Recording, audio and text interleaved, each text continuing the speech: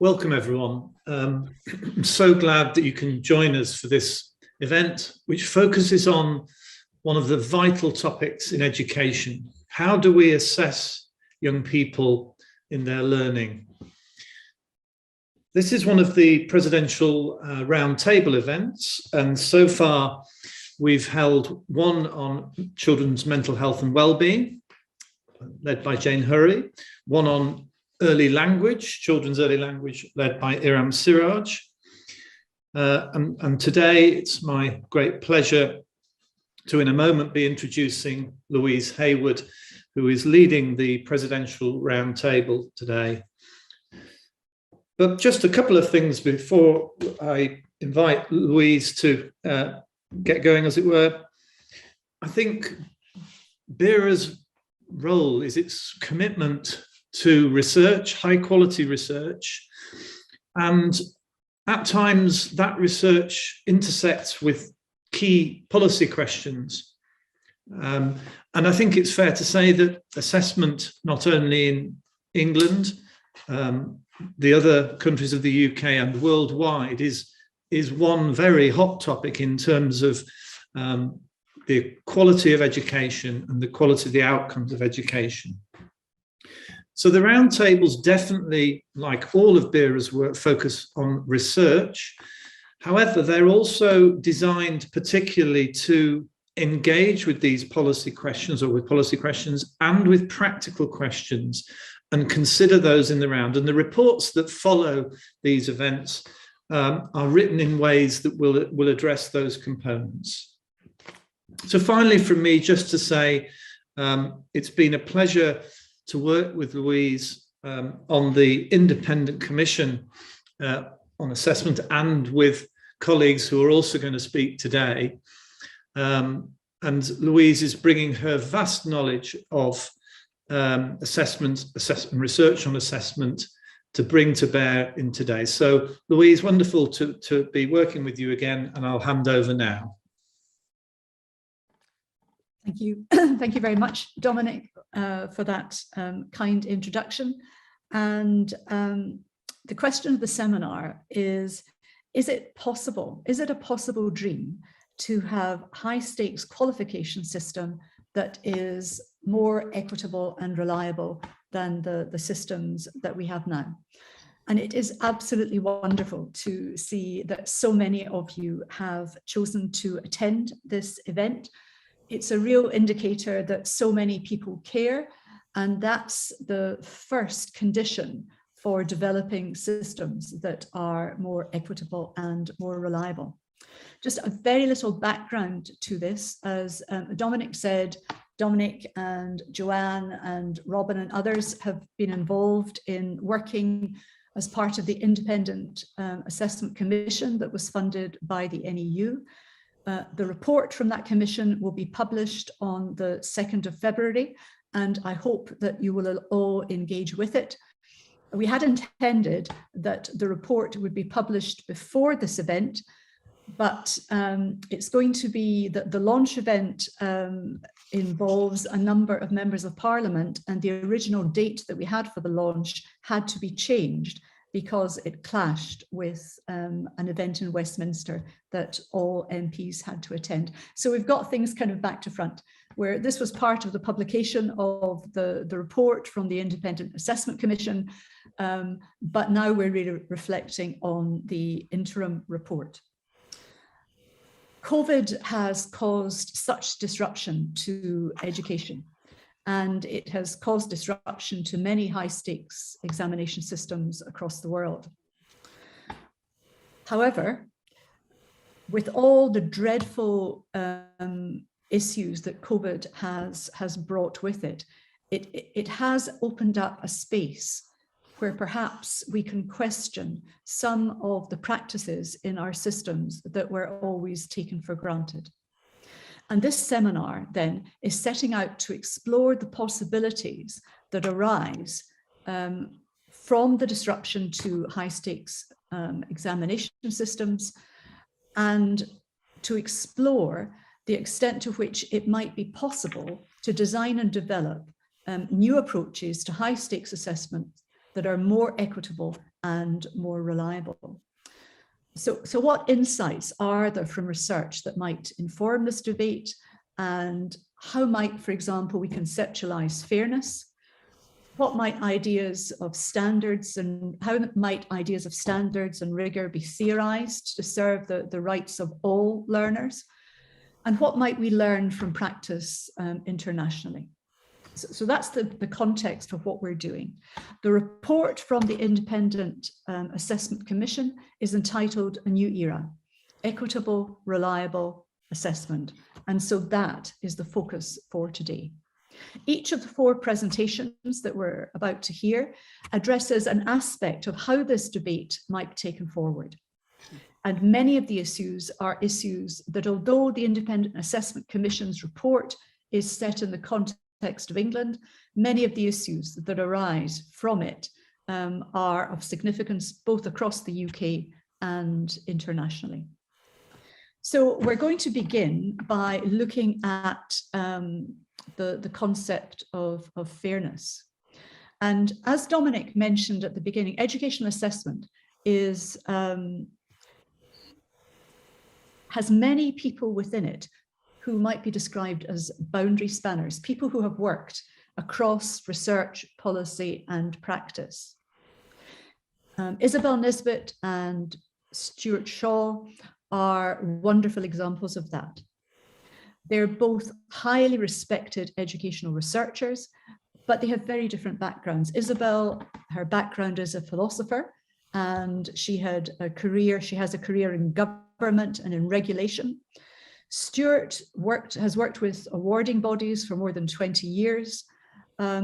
So they each bring different perspectives to this really complex question. They're going to reflect, using their own research, they're going to reflect on ideas of fairness and explore some of the complexities associated with that idea in the context of IEC's interim report. Isabel and Stuart, we really look forward to hearing what you have to say. Thank you very much, and good afternoon. Stuart and I are going to start us off by focusing on fairness and equity in assessment. We'll begin by unpacking some terms in the seminar title in the hope that that'll help throughout the discussion. We'll suggest some principles of our own for fair assessment, and we'll comment very briefly on some of the principles in the interim report of the Independent Assessment Commission. But our comments will just be from the fairness perspective. We won't be able to do justice to some of the wider educational issues raised by that report. But finally, we'll present a scenario for all of us to consider. So let's start by unpacking the terms. The first one is fair. Now, the point we wanted to leave with you at the very beginning that comes through in all the discussion of fairness in assessment and in the wider world is that there's 2 basic philosophical ideas that underpin discussions of fairness, and it's very important to remember both of them. One is that fairness is based on some idea of equality, not absolute equality, but relevant equality, treating relevantly like cases alike, whatever relevant means in the circumstances. And we've called that relational fairness. But the other one is desert. Something's fair if each individual gets what he or she deserves, or the outcome is merited, like the grade in an exam, for example. And we've called that retributive fairness. And we'd like you to remember both of these underpinning ideas when we're discussing fairness this afternoon. The second one, which is in the title of the seminar, is equity or equitable. Now, sometimes that's used as a loose synonym for fairness, but on the whole, in broader discussion and in law and in more specialised discussions, it's got a particular flavour of its own.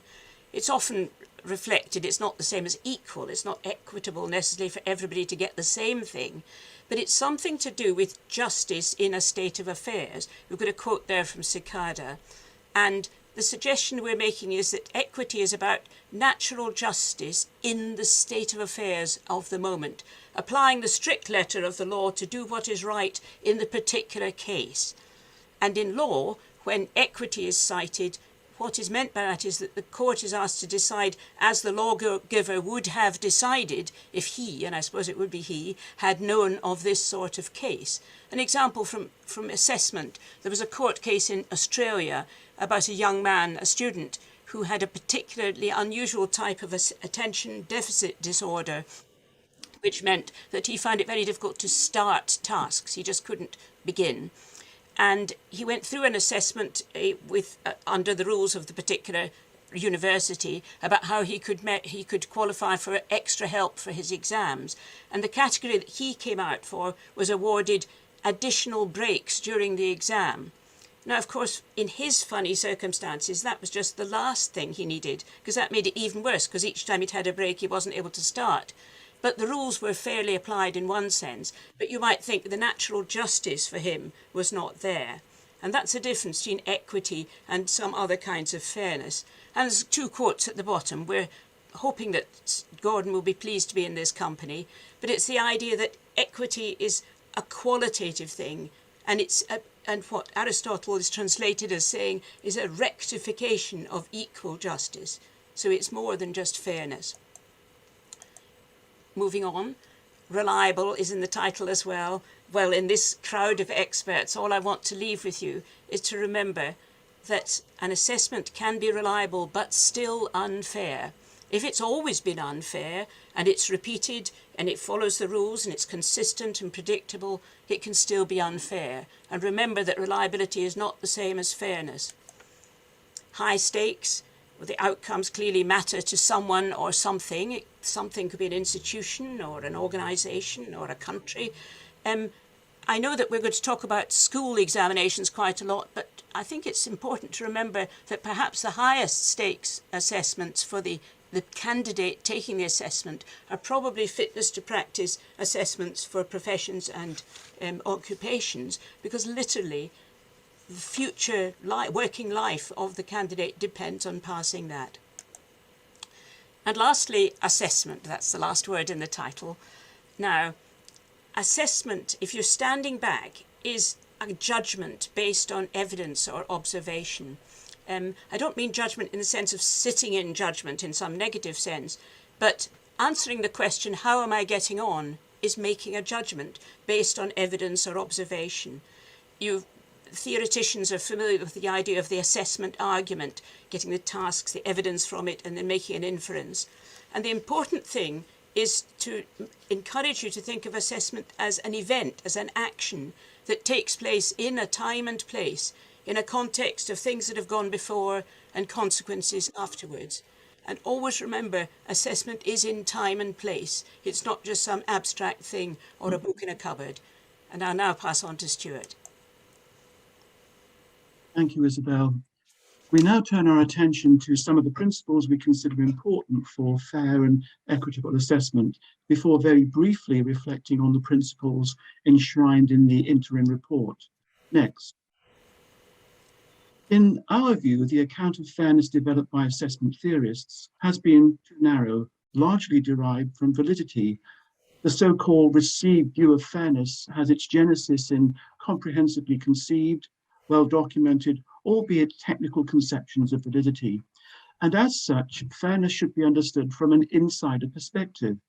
Now, in this conception, fairness is an offspring of validity, starting with validity as a technical concept, then developing ideas of fairness from it, effectively an insider-out approach.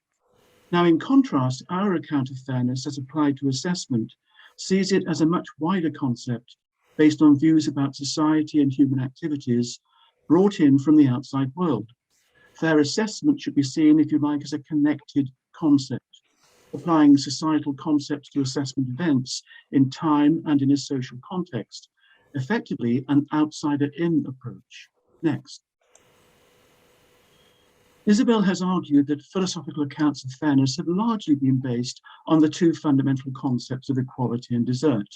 Now, we assert that both of the component ideas of fairness are essential for fair assessment, and it is a major mistake in our view to ignore one in favor of the other. Fairness requires the same principles to be applied to all concerned. Moreover, for the outcome for each individual to be what he or she deserves. Equity requires each judgment to be right in the unique circumstances in which it is made. It is context dependent, not just a consistent application of rules and protocols. So the balance between the two concepts of equality and desert can be understood, we think, using two different perspectives. Firstly, focusing on the test itself. A fair assessment accurately measures the relevant constructs, the knowledge, skills, and understanding of the test taker. And any discussion of fairness in this sense will often use language of accuracy and reliability. But a broader perspective sees the assessment in context, with a fair assessment outcome seen as deserved because of the effort that the student has made, or because perhaps it matches some other evidence of the student's ability. Next. We do not see fairness as a binary concept in that an assessment is either fair or unfair. Instead, we see it as a spectrum, rather like the concept of health. So, for example, if your doctor declares you are healthy, that doesn't necessarily imply that you are unhealthy. You have achieved a level which cannot be exceeded. In other words, you may not be perfectly healthy. The doctor may be referring to the absence of some sources of unhealthiness, which are particularly relevant to you at the time. You may have recovered from a broken ankle or managed to reduce your excess weight, but there may remain other aspects in which your health could be improved, for example, by taking some exercise or a supplement of vitamin D to strengthen bones, teeth, and muscles. But it is realistic and conceptually coherent to expect assessments to be made fairer and to be moved along the continuum of fairness. Next. Also, a test that is fair, or that is fairer than alternatives, may be a good thing and justified as enabling what Jonathan Wolff, the philosopher and academic, calls fertile functioning. We may never meet the requirement of absolute or complete fairness, but we can attempt to make it better.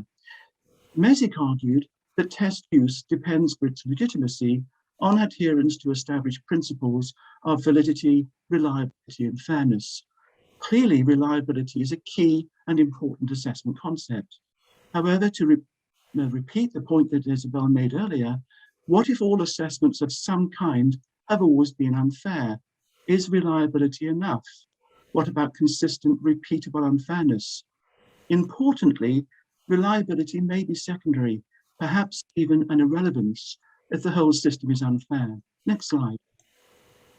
Finally, we turn our attention to principles outlined in the interim IAC interim report. Some of the reasoning underpinning the work of the Commission seems to be focused mainly on GCSEs and A-levels, though the interim report claims to have a much wider remit, including vocational qualifications within England. Because we have chosen to comment on fairness and equity, we are therefore only focused on principles 1, 4, and 5 in the interim report. Now, the report claims that the current system is unfair. A system of comparable outcomes, for example, is used to determine the percentage of students achieving each GCSE grade by using information including the achievements of previous cohorts with similar KS2 results. Consequently, according to the report, around a third of pupils are denied the opportunity to attain a grade 4 pass in English and Maths GCSE. The use of comparable outcomes is aimed at achieving relational fairness. Remember, treating relevantly like cases alike. And in some ways, it does achieve that. But there are other ways in which the outcomes may be unfair. We agree that relational fairness requires an opportunity for all, not just the top 2/3, to have evidence of their knowledge, skills, and competencies. And the form of evidence should be fit for purpose, not necessarily the same or consistent. Particularly the case for higher stakes qualifications for individuals, the fitness for practice qualifications, and their potential to open and close doors to a career. Next. Principle 1 suggests that qualifications and assessments serve the individual. However, the outcome may not serve the individual candidate if public safety means that it is fair for them to fail. This particularly applies to aptitude tests, for example, medicine or law. A lawyer sending an individual to prison inappropriately. Next. We agree with principle 4, which states that qualifications and assessments should be inclusive both in purpose and in the design and development of the system. This will certainly help maximize or aid relational fairness. Next slide. Finally, in terms of fair use of assessments. Next. Principle 5 reads, qualifications in assessment should support progression for all young people, but should not exist only to act as a mechanism for determining the examination or selection. Our view is that fair selection can involve an assessment judgment that may be tailored for the sole purpose of selection. An example would be selection tests developed for university courses, again, such as medicine or law. If the tests satisfy relational fairness for all and retributive fairness for all individuals, then they will be fair. Next. Finally, as a more general point, and one which we think is much wider than Principle 5, we should consider what is the fairness of assessment. It isn't sufficient, we contend, to criticize the ways in which various assessment outcomes are used. We need to be able to say with some degree of confidence what would be a fair or fairer basis for the assessment in question. On that note, I will now pass you back to Isabel to conclude with our interactive activity. Thank you very much. And speedily, I'm going to ask you to bear with us and allow yourself to consider a scenario, and you're going to be asked to vote. All academics who are watching will want to find fault with the question, because that's what academics always do. But just hold back for a second and allow me to tell the story. A teacher, she thinks that 10 of her students have a strong probability, let's say 80% probability of getting a grade A.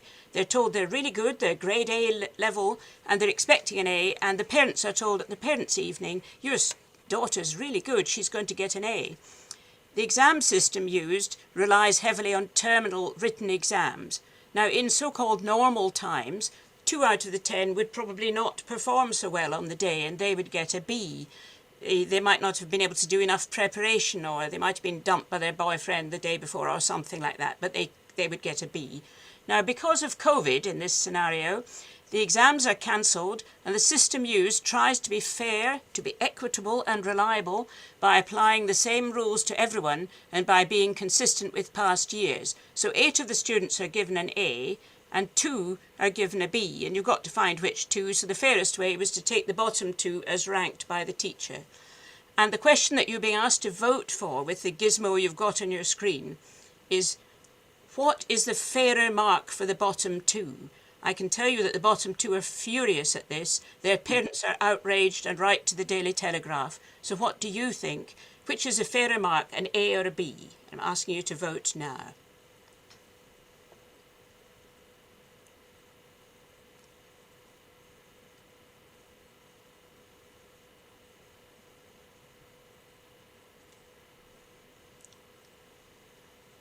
Allow your emotions to override your intellect if that's providing a problem.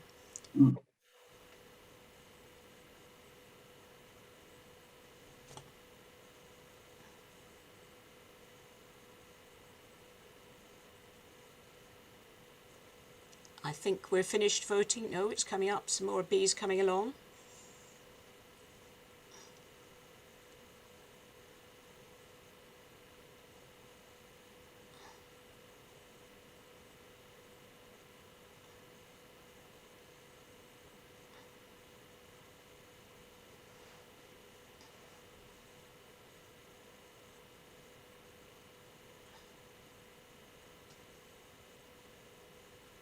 Okay, thank you for voting.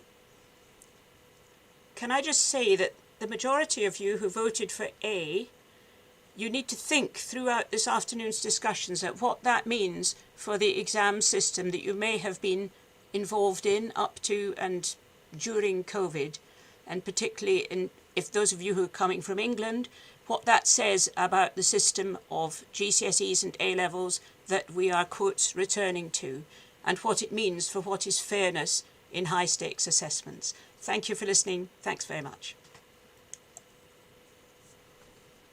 Thank you very much, Isabel and Stuart.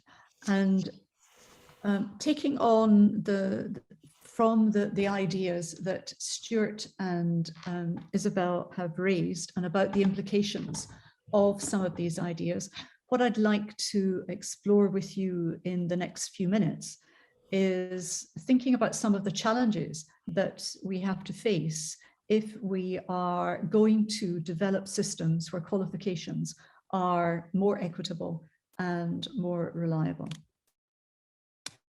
So the first thing I'm going to ask you to do is to think about qualifications as they are today in your country. And I'd like you to write down, please, the first 3 words that come to mind when you think about qualifications as they are now.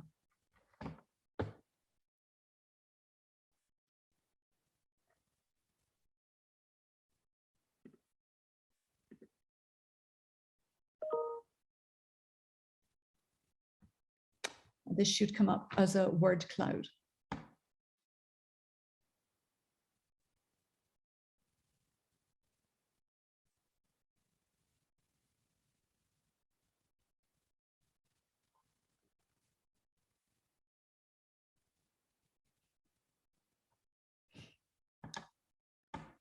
Okay, we've got our first couple. Tough, pointless, narrow exams. Numbers, letters, lists, dull, inadequate. Gosh, stressful. Reductive. Unreliable. Single chance, outdated. Okay, I think we're getting a reasonable balance here. Portfolios. Tough, pointless, narrow. Sorting. Standards. Off-putting.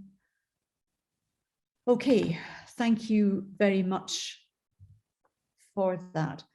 Very interesting to see the words that are coming through so strongly. High stakes, unfair, stressful, exams, dull. But looking at the range of words that have been selected, there's a fair degree of dissatisfaction with the system as it currently is. So thank you very much for that. I'd like now to ask you to do the same task, but this time to think about the way that you would like qualifications to be. So how would you like qualifications to be?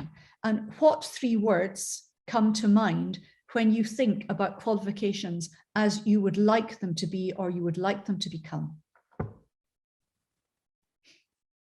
You'd like them to be confusing.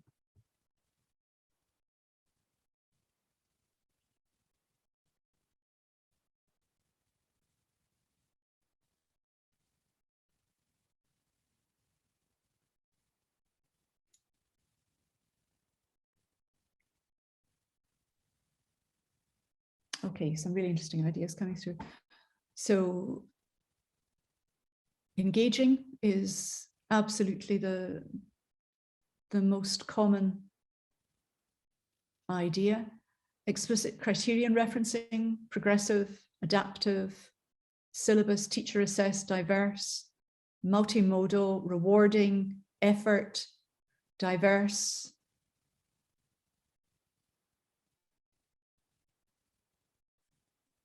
Okay. Again, really incredibly useful and incredibly helpful. But some very interesting words coming through as being those that are most commonly shared: and engaging and inclusive, fair, reliable. All words that are very different from the words from the first word cloud. Thank you so much for that. And I think that emphasizes the nature of the task that we have in front of us.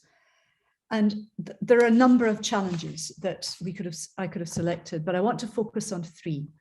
The first one is, if we're going to build qualifications that are fairer for all people, then we need to think about an alignment challenge. There's an assessment challenge, and what I've called a dependability challenge, although I'm not sure if that's the right word for it.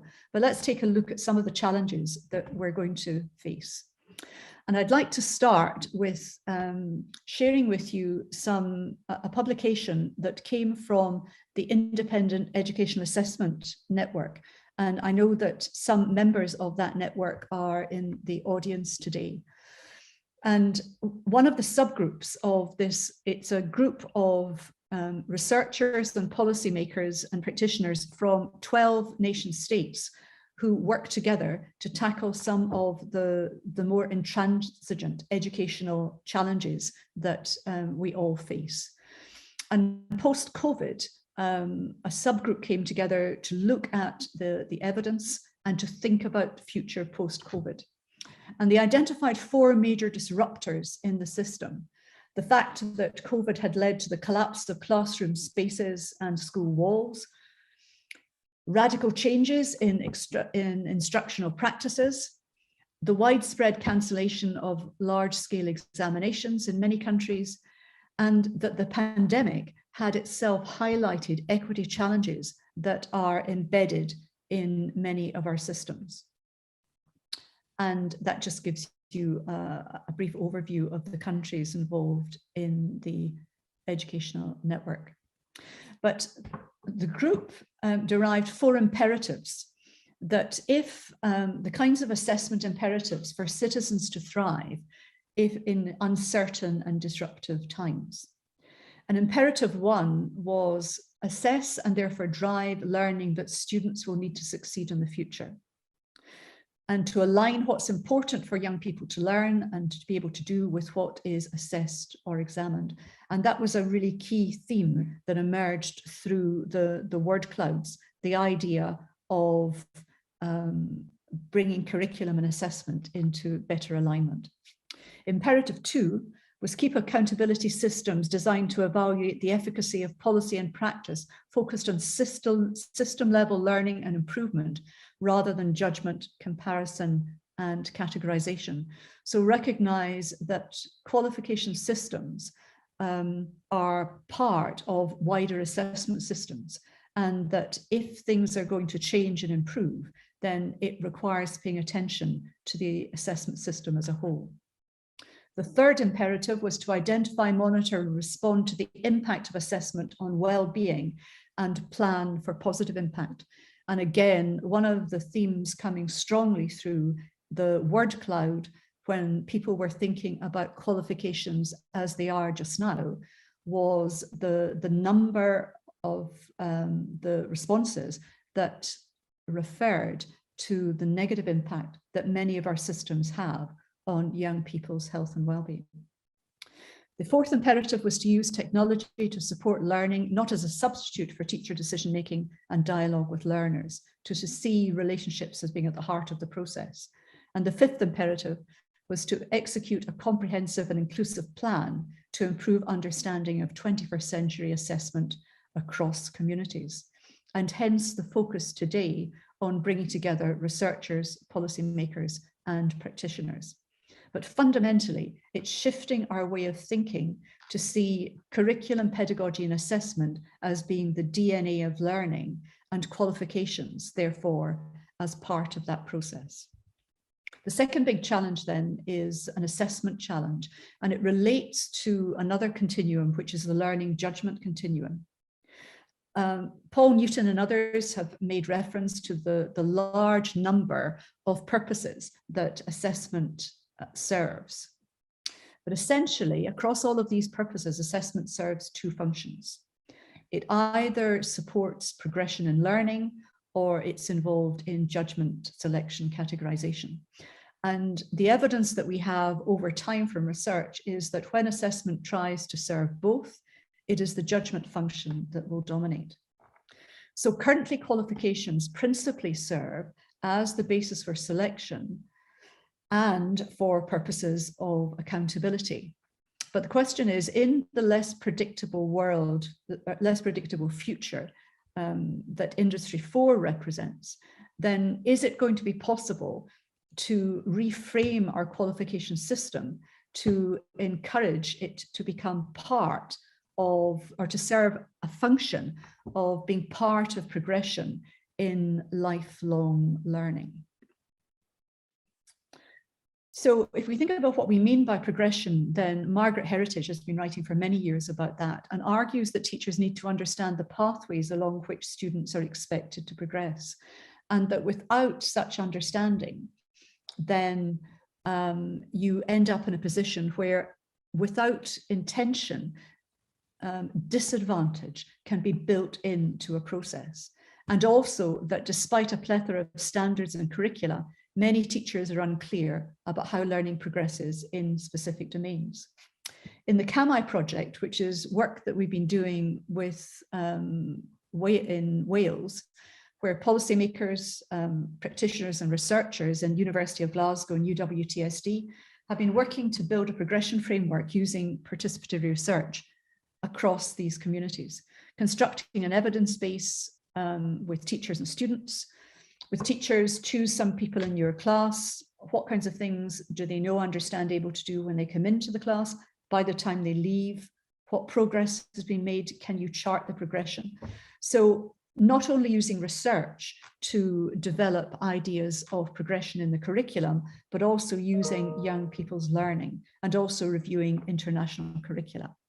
What we found surprising was that often when teachers were asked to describe progression, that rather than focusing on progression in learning, progression was described in terms of the next topic or the next task within the process. If you're interested in that, then I've given you the link. The third challenge, I'm calling a dependability challenge. And I think we need to avoid unhelpful dichotomies here, that it's not exams good or exams bad. The curriculum is what matters. The concept in a society of what it is to be an educated citizen, and qualifications need to be aligned, therefore, to what matters. And is the evidence therefore dependable? Well, we need to begin to explore all of the complexities that are involved in that simple phrase. So challenge 3, as part of that, it's very difficult to see how there can be a closer link between curriculum and qualifications unless teachers' professional judgment is at least part of that process. And it's interesting just now that there are differences in terms of thinking around public confidence in professional judgment. For example, there are far fewer questions asked about professional judgment in colleges than perhaps in schools. But in this area, we need to build from evidence to deepen our own understanding. And I would invite you to take a look at a piece of work that's recently been published in the Educational Research Review, which looks at a review of literature from 40 years of evidence on teachers' professional judgment. And I'm only picking one or two of the ideas out to share with you. But interestingly, they look at defining teachers' professional judgment under a number of dimensions. Person-related judgment accuracy, the teacher's knowledge about different student characteristics, such as academic achievement, task-related judgment accuracy, and person-specific judgment accuracy. And they differentiate between what they call relative accuracy, so judgment of students' achievements and students' actual achievements. So looking at pieces of work, portfolios, evidence from that perspective. And they come to the conclusion that teachers' judgments are fairly accurate. However, when they look at absolute accuracy, which they describe as the difference between the being predicted and actual levels of student achievement, then that's where teachers tend to overestimate young people's performance. And that is most difficult in judging students who are lower performing than students who are higher performing. To conclude, they identify a range of implications for practice, and I've picked out some of these. That teachers' professional judgment is at its best when it's based on observable characteristics. That teachers need to be aware of stereotypes and try to use valid indicators to try to mitigate against some of these forms of bias. The teachers should be optimistic in their expectations, but realistic in their judgments. And very interestingly, experience alone, the research evidence suggests, does not improve teacher professional judgment, that teachers have to be supported through the process in building and developing the dependability of professional judgment. And from that, I would like now to hand over to Joanne Baird from University of Oxford, who is well known to many of you and who's going to now tackle with us one of the most contentious areas of all in this debate, the idea of standards. Joanne, thank you very much. Thanks very much, Louise. I'm not sure I'm going to solve this today, but as Dominic Wise mentioned at the outset, Louise Harewood has been chairing the National Education Union's Independent Assessment Commission. And that project looks at principles regarding reforms in assessment to open up dialogue. The remit wasn't to propose specific reforms.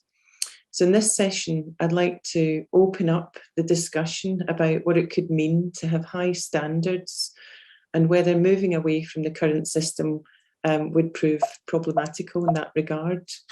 I'm afraid I don't seem to be able to move the slides forward.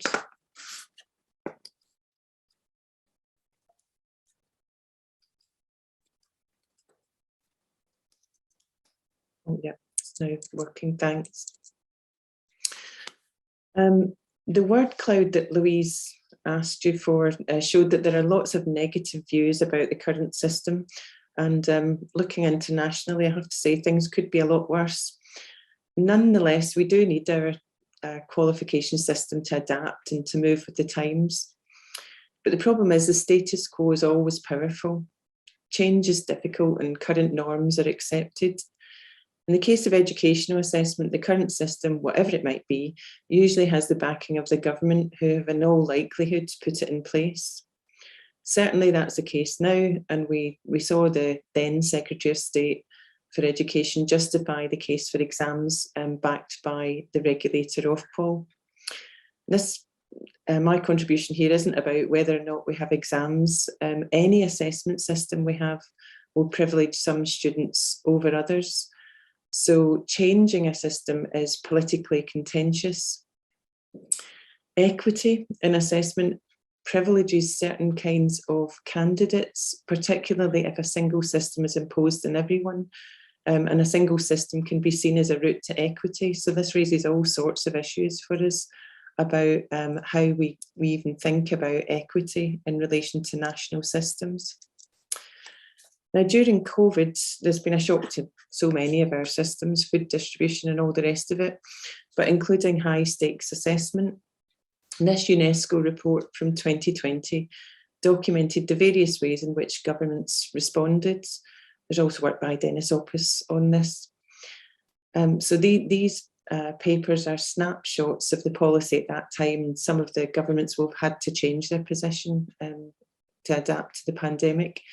Nonetheless, what we see really in all of the reports is that the most prevalent response to the pandemic was actually to postpone national exams. High stakes assessments are so important and political that governments would prefer to postpone than to introduce an alternative.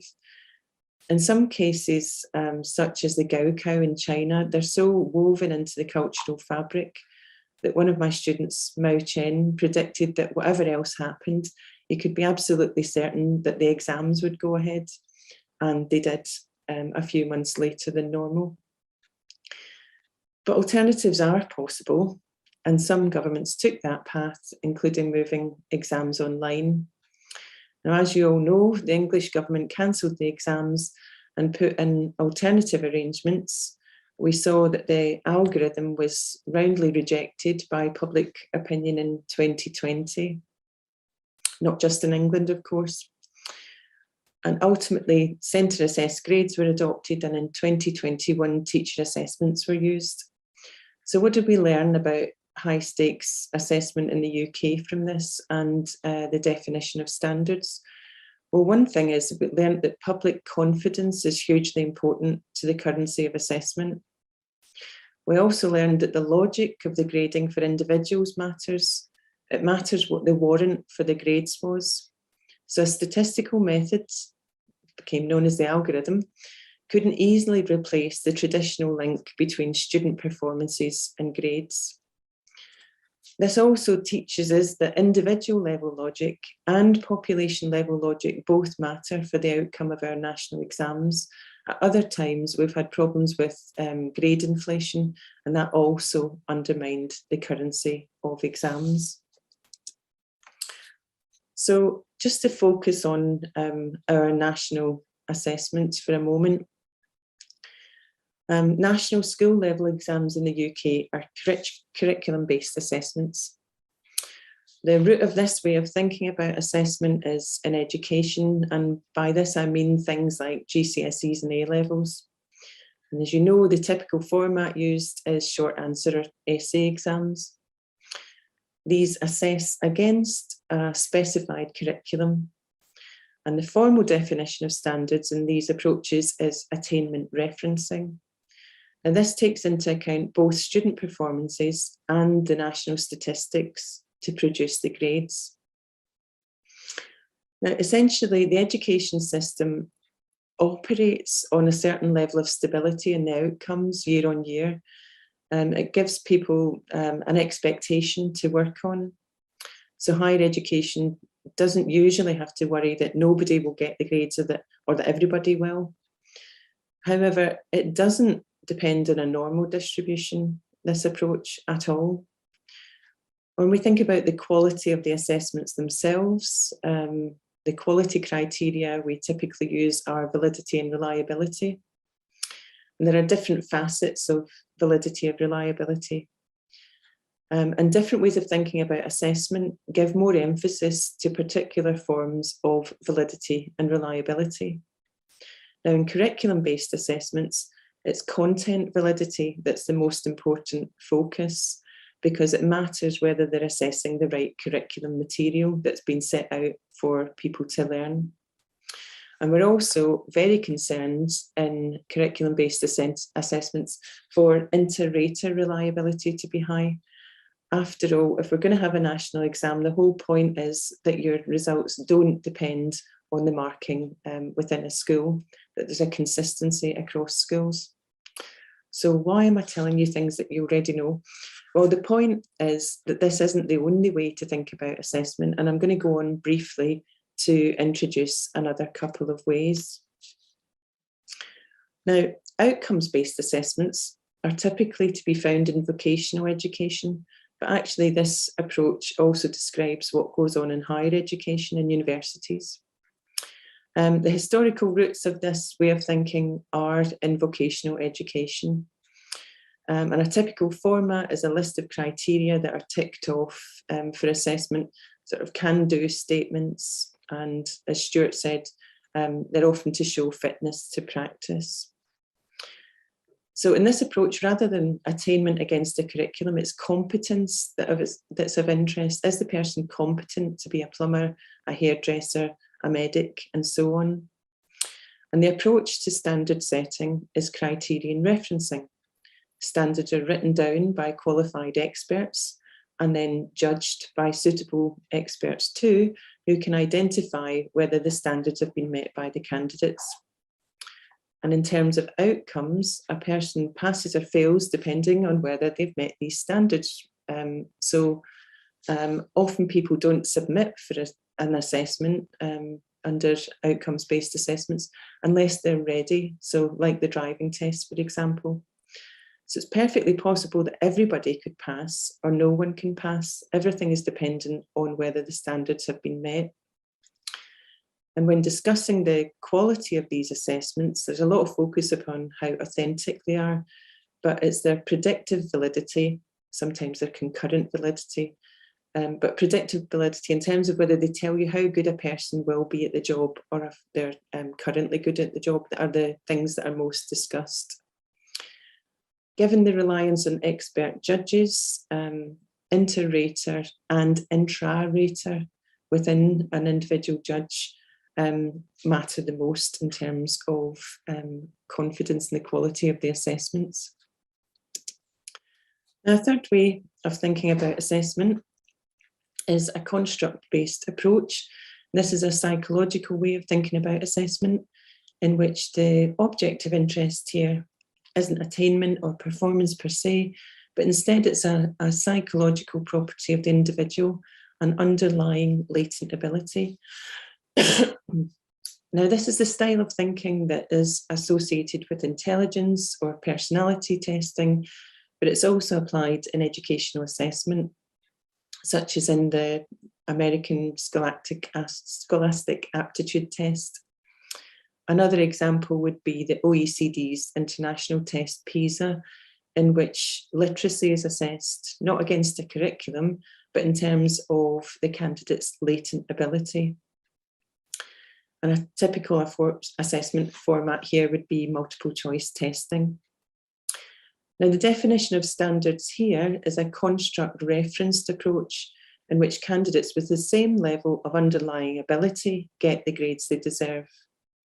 And there's a firm expectation that there'll be a normal distribution of scores, because after all, that's the theoretical understanding of how latent ability is distributed in the population. There's actually quite a focus on scores rather than grades in this approach too. The main focus in terms of quality is whether the construct of interest, let's call it ability in maths, and for example, has been assessed properly. And because this whole way of thinking is so construct focused, reliability concerns are all about whether the entire assessment is assessing the same construct. So internal reliability, the consistency of that across all of the items within the test is paramount. Now, you might be wondering, why am I telling you about this approach? But it is actually the main approach in the assessment literature, even in education. And the literature is, of course, dominated by the US, and this is the modus operandi, the way of thinking about assessment there, largely. A further issue is that practitioners come at assessment with beliefs from one or more of these paradigms, and we end up talking at cross purposes. But my main point is that there are different ways of thinking about assessment. It's simply not the case that there's only one way, the status quo, to think about assessment. So this brings me to an interesting question then, which goes back to the basis for your decision when you voted A or B to Isabel's scenario. And I think we saw there that most people wanted the two bottom candidates to be awarded a grade A as well.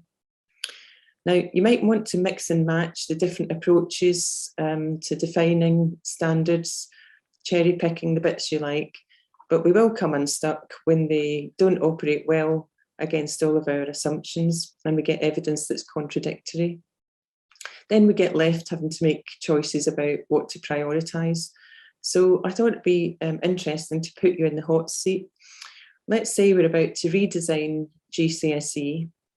Which of these definitions of standards would you prioritise?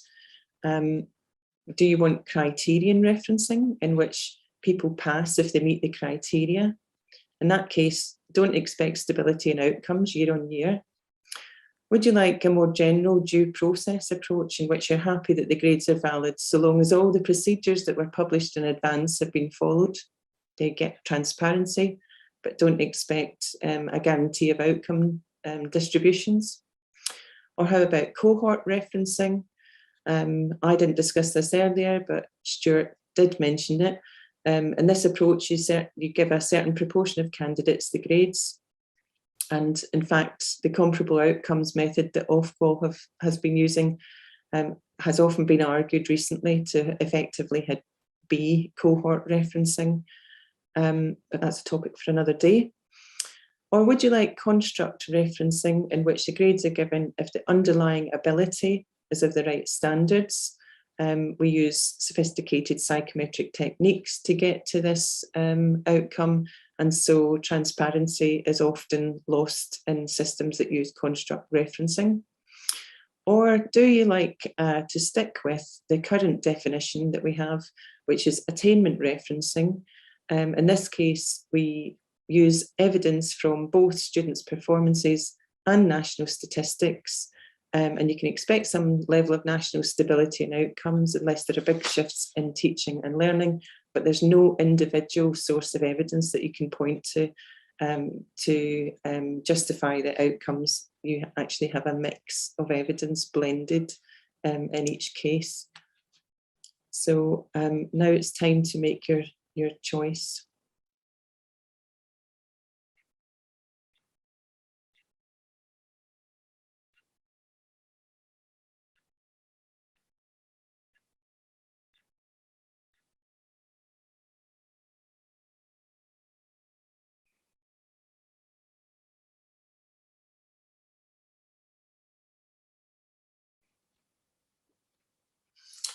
So I think what we're seeing here is a lot of preference for criterion referencing, and we're talking about GCSEs in particular here, in which case, but we do see a variety of opinions also being expressed. But the corollary of this is that we would not see consistent outcomes year on year, and we know this from the systems in which criterion referencing has been applied. I think there's some very interesting findings from this poll of our sample of people interested in today's roundtable. So if I move just to the conclusion now. So in conclusion, we do already use different definitions of standards. They're not compatible.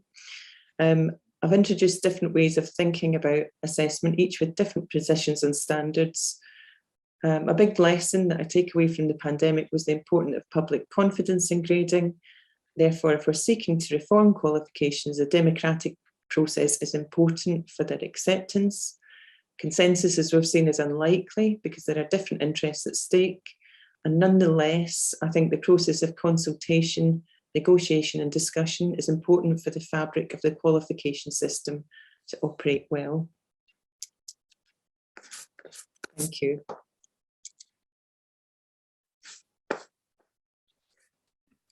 Thank you very much, Joanne, for that fascinating overview of the complexity of thinking through ideas of standards.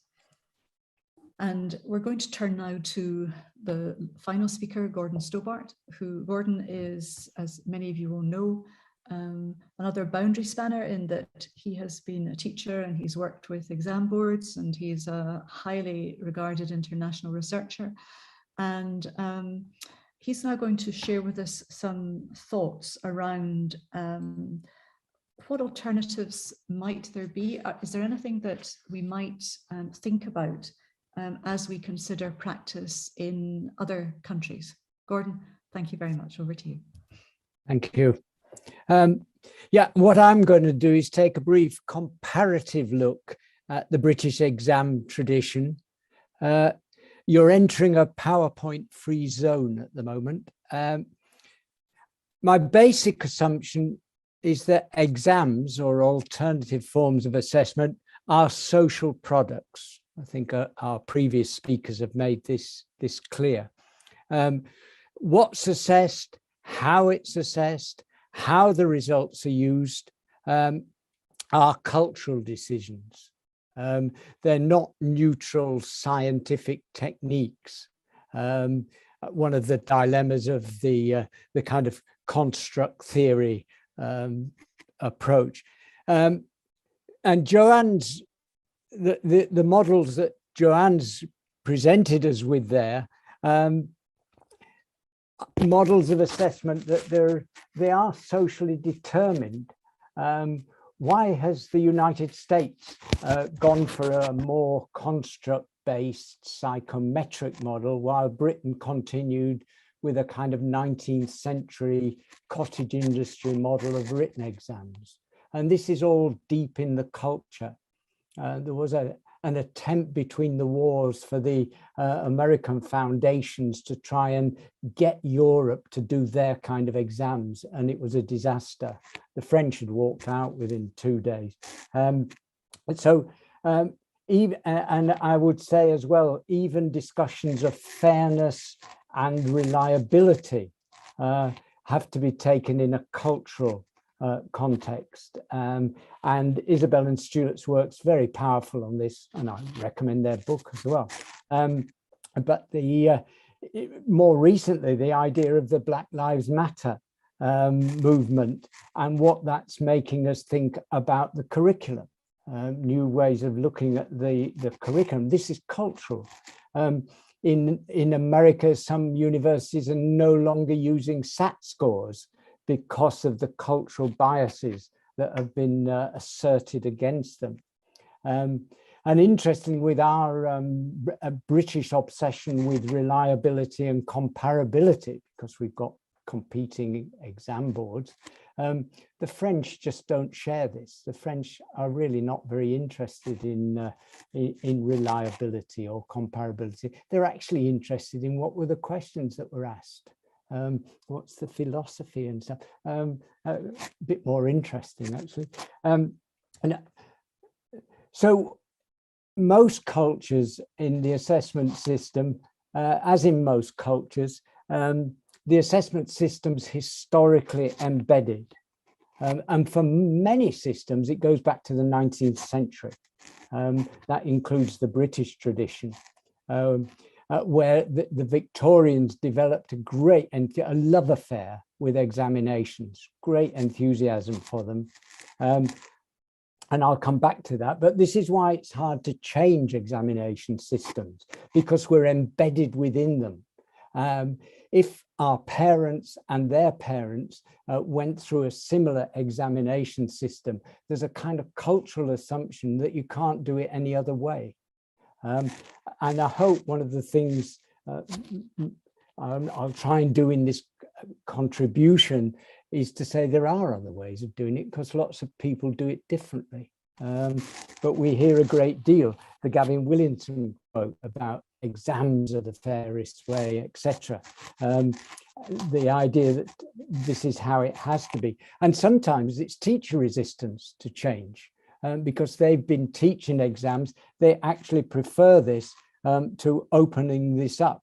And I know we've got colleagues from Ireland watching this, but the power of teachers to resist anything to change their exams and introduce more teacher assessment has been really political and problematical. I would suggest that it's actually only in countries where there've been major social changes that we're going to get major assessment changes in a short term.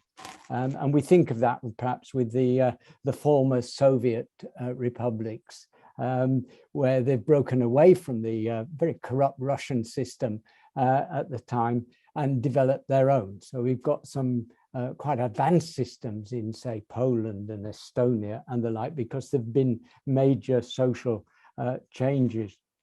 But today we're focusing really on the English high stakes exam system. My job is to remind us that other traditions have different approaches.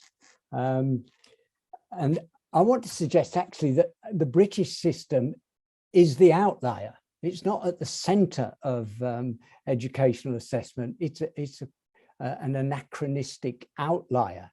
And most other major traditions have got a very different emphasis.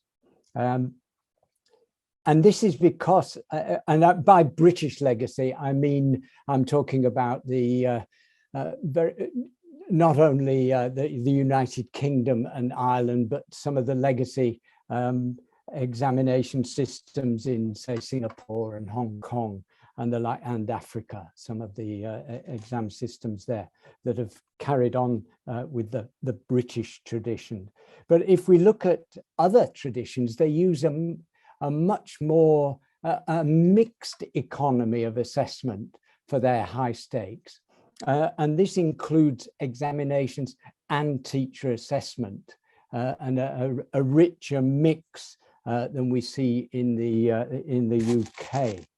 If we look at the North American system, Scandinavian, Australia, New Zealand, and the baccalaureate system, they would argue these are fairer to students when they use evidence from a variety of sources. It offers a more dependable assessment of student capabilities. I'm using dependability here. It's a word we've heard this afternoon, but for me, it's an optimal trade-off between construct validity, reliability, and manageability. It's always a trade-off, but we can have, Stuart and Isabel argue, we can have reliable exams that just aren't valid, and we can undermine a valid exam by being unreliable, or we could make it unmanageable as well. So that it's a balancing of that. But I'm going to pick out 3 particular features of the British tradition that we see very little of elsewhere. The first of these is that national high stakes examinations at 16. We don't find those in many other jurisdictions. Are they an anachronism? Has the time passed? The low trust, the second is the low trust placed on teacher assessment within the system. That there is very little contribution by teachers now towards grades in the national examinations. And the third is the separation of the vocational and academic qualifications. So I just want to bring in some information, which many of you will be familiar with, from other systems as well, just to remind ourselves that there are other ways of doing things. So first of all, the single subject examinations at 16, I'm arguing are an anomaly and an anachronism as well. We know that the school leaving exams at 16 were very much to do with, that was when many students left or were selected to go on for further education or further qualification. So in Scotland, you would move on to the Highers, or in England and Wales and Northern Ireland, you would go to A level. You would move up for this. So it was the end of official schooling, the school leaving age. What's happened though, worldwide, is that students have continued to stay on, even where the legal leaving age is 16, most students stay on in education. So we've got, in Scotland, 88% of students move on to Highers or other qualifications. In Ireland, it's 90% carry on after 16. Elsewhere, the qualifications are taken at 18. The assumption is you will stay on for your high school graduation in America, or your baccalaureate, or your national certificate in Australia, New Zealand. There isn't a staging post at 16 in these. So why are we still doing that in the British tradition? And I'm sure it's complex, but a part of it is tradition, and part of this is the belief that it's the best way to motivate students. If you haven't got an exam hanging over you, you're not going to work very hard. And yet most other systems seem to manage without this. You work towards your school graduation diploma, towards your modules for your certificate at 18. So there might be ways around that one. And I think that's often believed by both parents and teachers. And I mentioned already that Ireland is a case study of teacher resistance to examination change, where they were being asked to, with the junior certificate, to actually do more teacher assessment. And they said that wasn't their job. They were there to teach the students, not to assess. And there was political stuff. So there is resistance to this. There's also resistance at the moment to exams at 16. And perhaps the most telling thing is Lord Baker of Dorking, who was Ken Baker, who introduced the GCSE, is now saying we should scrap it. And the Rethinking Assessment Group that I handily talks about the mutant exam system. And the Times Education Commission is reporting this week in the Times newspaper, and seems to be taking a fairly critical view, shall we say, of our current examination system.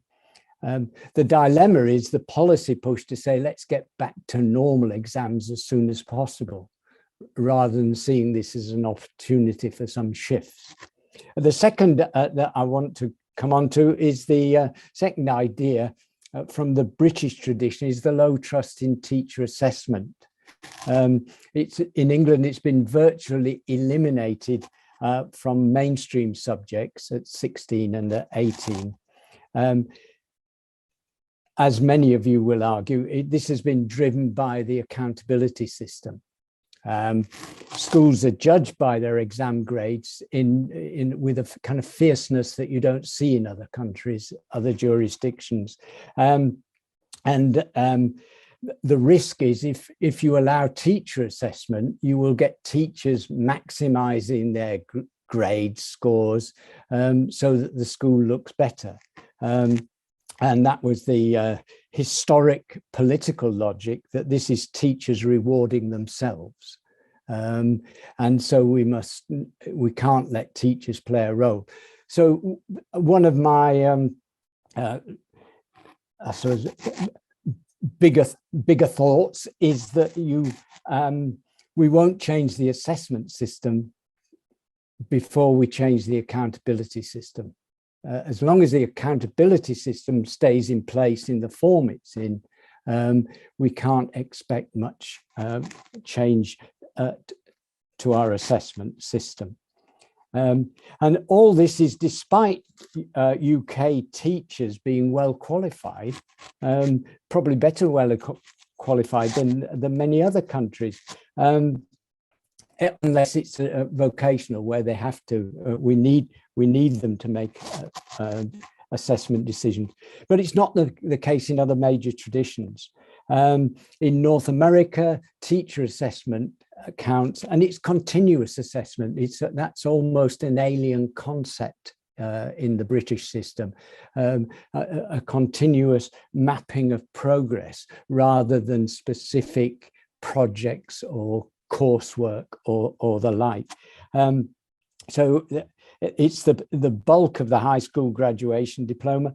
I've looked at in depth at Ontario, high performing jurisdiction. 70% of the assessment in their secondary school diploma is from the teachers.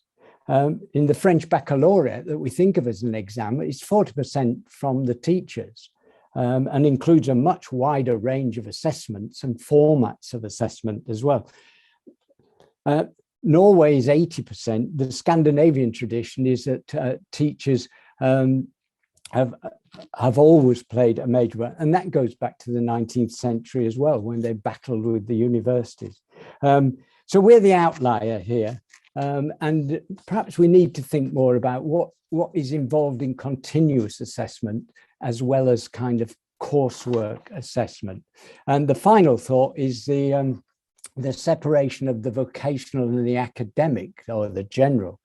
It's Patricia Broadfoot who pointed out that entry exams in the Victorian era were initially for high status professions, for medicine and the like, and they were adopted by education, so that exams were privileged over actually the practical. Alan Hansen calls it the fabricating quality of tests. The tests are more important than being able to do it, because the tests get you in. And we've got a cultural problem with the vocational being less prestigious as a result of this Victorian legacy, really, than the academic, and that terrible saying that vocational qualifications are good for other people's children. So we're an outlier again. And just briefly to say that other systems have incorporated and merged the two, the vocational and the academic tracks. The Irish and the French system have a vocational. There's a vocational baccalaureate, the professional, that 25% of students take, that gets you the same automatic right to go to university as the more academic, the general baccalaureate. Norway, 50% of students take the vocational route that can either lead to an apprenticeship and qualifications there, or you can come back into academic with it. And Australia and New Zealand have actually incorporated some of the modules into the final certificate. So just banging on as I am, it's possible to do it differently. So we're asking about equitable high stakes assessment are possible. We've just to think outside our narrow cultural box. Thank you. Thank you very much, Gordon, for that. Really, we've had a whole range of really stimulating presentations that have raised a significant number of issues for us to consider. And as we begin to think some of these ideas through, the Independent Assessment Commission, its work has always been based on the position that changing qualifications is only possible with genuine stakeholder engagement in the process. And so as to continue with that tradition, then we've asked a number of people from policy, from practice, and from research to reflect with us their thinking about some of the issues that have been raised today. And we're going to begin with a number of representatives from the policy community, from Wales and from England and from Scotland. Martin is going to go first because he has to go to a parents' meeting. So thank you, Martin, for staying with us, and we look forward to your reflections. Okay, not at all. Thank you very much, Louise, for the opportunity to contribute. And I say I'm sorry I have to scoot shortly, but very happy to share some reflections and really interesting, really stimulating conversations are actually quite difficult to sum up briefly, but I've just captured 6 key points that I was going to reflect on, which strike me as key for us in terms of thinking about the policy and the way forward. And sorry, I should have said my role is head of policy research and standards at the Scottish Qualifications Authority. So just to run through those 6 points quite quickly. The first point that strikes me is the importance of being really clear about the purposes of qualifications and their associated high stakes assessment. Louise made the point, I think, about are we preparing young people for the world of the future, whether your reference point is the 4th Industrial Revolution or whatever it might be. It's unarguable the world is changing and the world that young people are going into is changing. So I think we need to think when we're talking about reliability and equity of assessments and qualifications, are those qualifications and assessments the right ones to prepare young people for the world they're going into rather than the world that we live in or the world that we were preparing ourselves for. Second point is, again, a theme that's come through really strongly this afternoon, is about recognizing the interconnectedness of the system that supports teaching, learning and assessment, and that therefore we need an interconnected system response. And at the risk of showing my age, I remember Robert Harding at UCL's, as it was at that time, talking about teaching, learning and assessment as being part of a 3-legged race, and that one part couldn't move forward with much further forward than the others. And I think we heard this afternoon about how actually it goes broader than that to include things around accountability within the system, and how those connections really mean that we need to move together as a system rather than as the level of individual parts. And at times that if there are issues within a system, perhaps we're not always as good as we might be at recognizing where the issues arise and therefore where the solutions might be. So that importance of the interconnectedness of the system itself and therefore of the solution. No one person or group has all the answers, I'd suggest, and that any system, any new approach will always involve trade-offs. It's impossible to expect that we'll end up with a perfect assessment system no matter how hard we try. And I suppose one thing that struck me in this debate in the round is at times, and at its worst, it can feel a bit like a competition, and at crudest, I think, as Louise indicated, it could almost be seen as a competition between exams that are bad and teacher judgment that's good. And as Louise indicated, it must be more sophisticated than that, and how we find a system that balances those two things and other aspects as well, using the evidence and the research that we have openly, objectively to identify the approaches that best fit, I think is critical.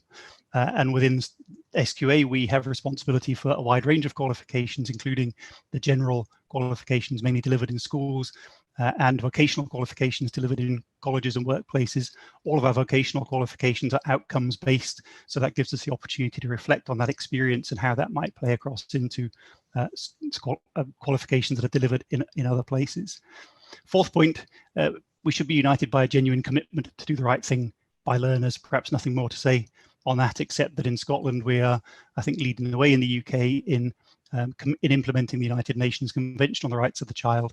That's coming into law very soon, and as part of that, SQA is strategically committed to engaging with learners and to making sure we don't just hear their voice, but we listen to their views in informing the debate around the future of qualifications and assessment. Fifth point, just moving very quickly on, all of this requires time to do it properly. And there's a sense sometimes, perhaps particularly post-COVID, that we're in a hurry. We need to get on with things.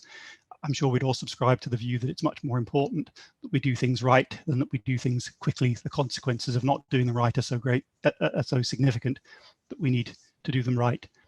And the final point is, again, reflecting from Scotland, really picking up Gordon Stobart's point around the need for cultural sensitivity and the assessment system in any country being a cultural artifact. So whilst on the face of it, many of the issues may be similar and generic across different countries of the UK, but the solutions may in fact be different because the context they're going into is different, has evolved in a different way over many years. So thanks very much. I hope that was helpful. Just some very brief reflections on a huge range of issues and topics that have been raised this afternoon. Thanks again for the opportunity to contribute, Louise, and everybody else. Thank you, Martin. Thanks, Martin. Hello, everyone. I'm Dennis Opos. I'm Standards Chair at Ofqual. That's the regulator in England. So there was two things I was going to pick up. First of all, about issues of fairness in assessment. I mean, these have been much more prominent recently. It's been quite noticeable. And I think that's because there's been growing concerns in society generally about discrimination. It's also because of the challenges to assessment the pandemic has brought us. And I think I have to say, Isabel and Stuart and their book have done some really valuable work in getting us all to think harder about what fairness in assessment means.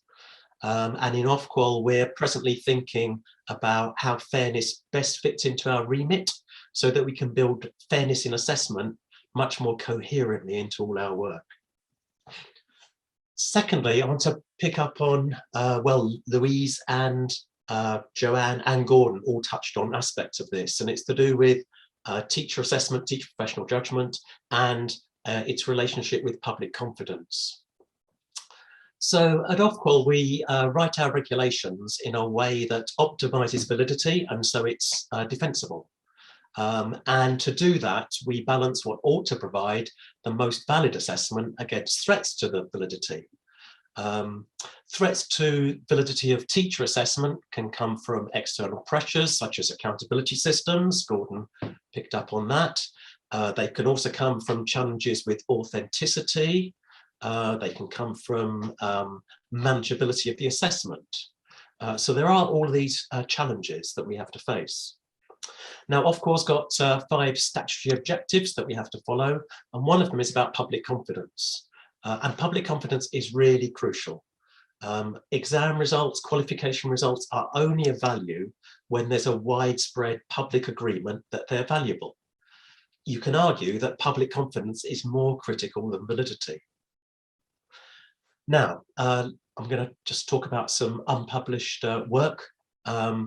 Before the pandemic, our public sentiment surveys showed that typically about 2/3 of teachers and parents thought that GCSE and A-level grades were reliable, free from bias, and comparable across different schools and colleges.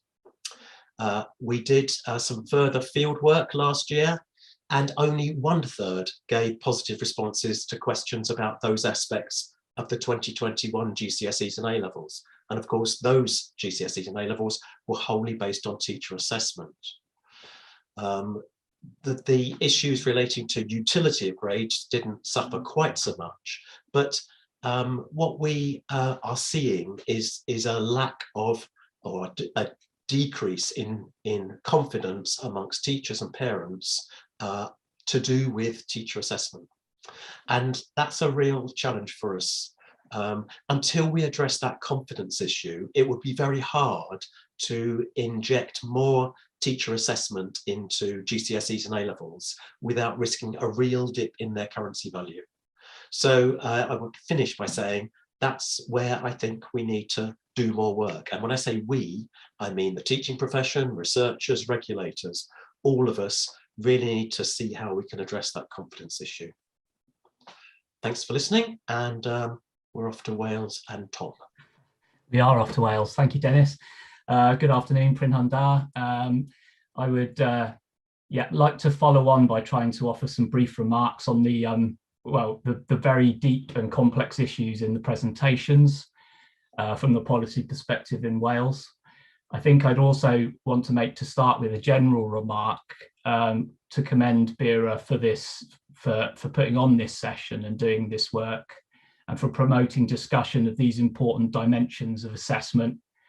Not least the design of national assessment systems is inherently difficult, is inherently contested, and quite complicated in terms of how the assessment systems interact with education and wider society, and we shouldn't underestimate these problems.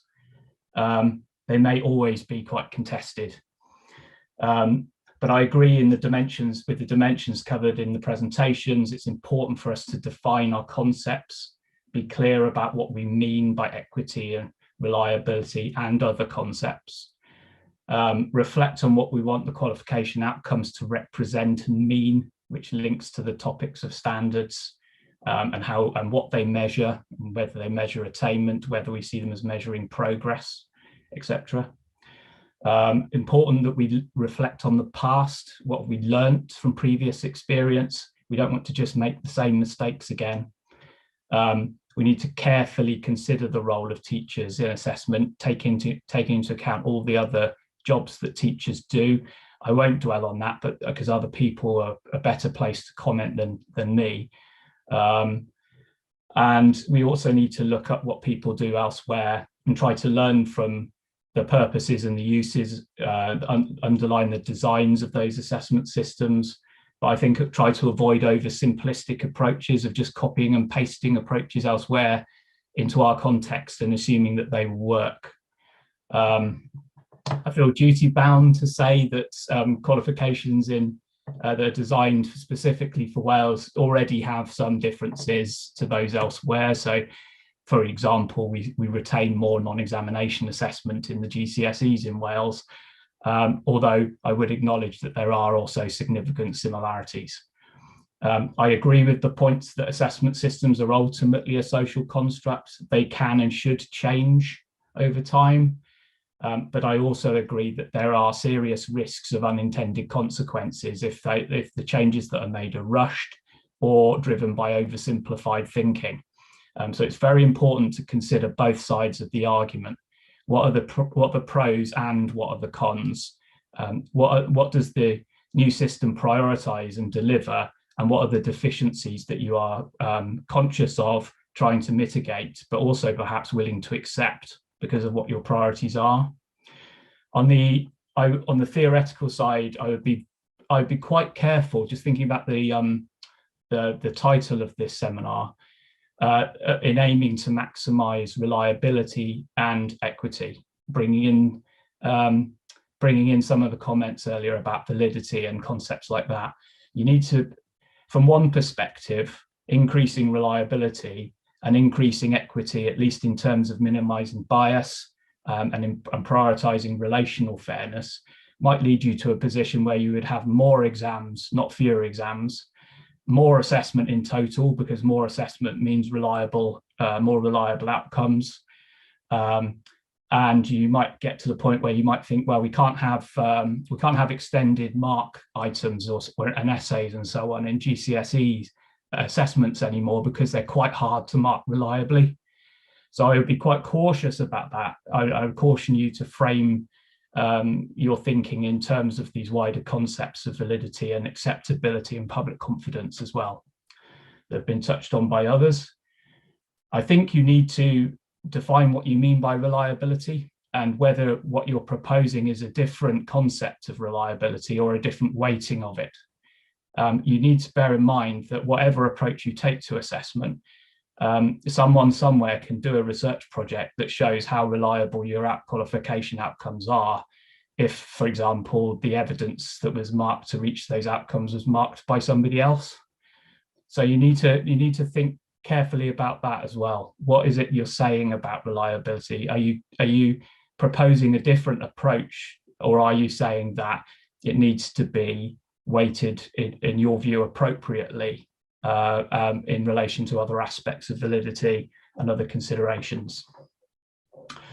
I would also caution you not to think that you can, so this is not really directed at the people who've been presenting here, but wider debates about qualifications and assessment sometimes veer into territory that implies that we can solve all problems of a society that is unequal, and that indeed perhaps a reality that is unequal and unfair through the way that we design qualifications, and also that we can solve all of the perceived problems with education through the way that we design qualifications. I just don't think that's true. It's too overly simplistic. And actually some of the debate should be about, are qualifications always the right solution, or is it better sometimes to do things outside of the context of qualifications? And that's where the interaction with things like the accountability system and how the system thinks about its purposes, evaluates itself and so on is quite important.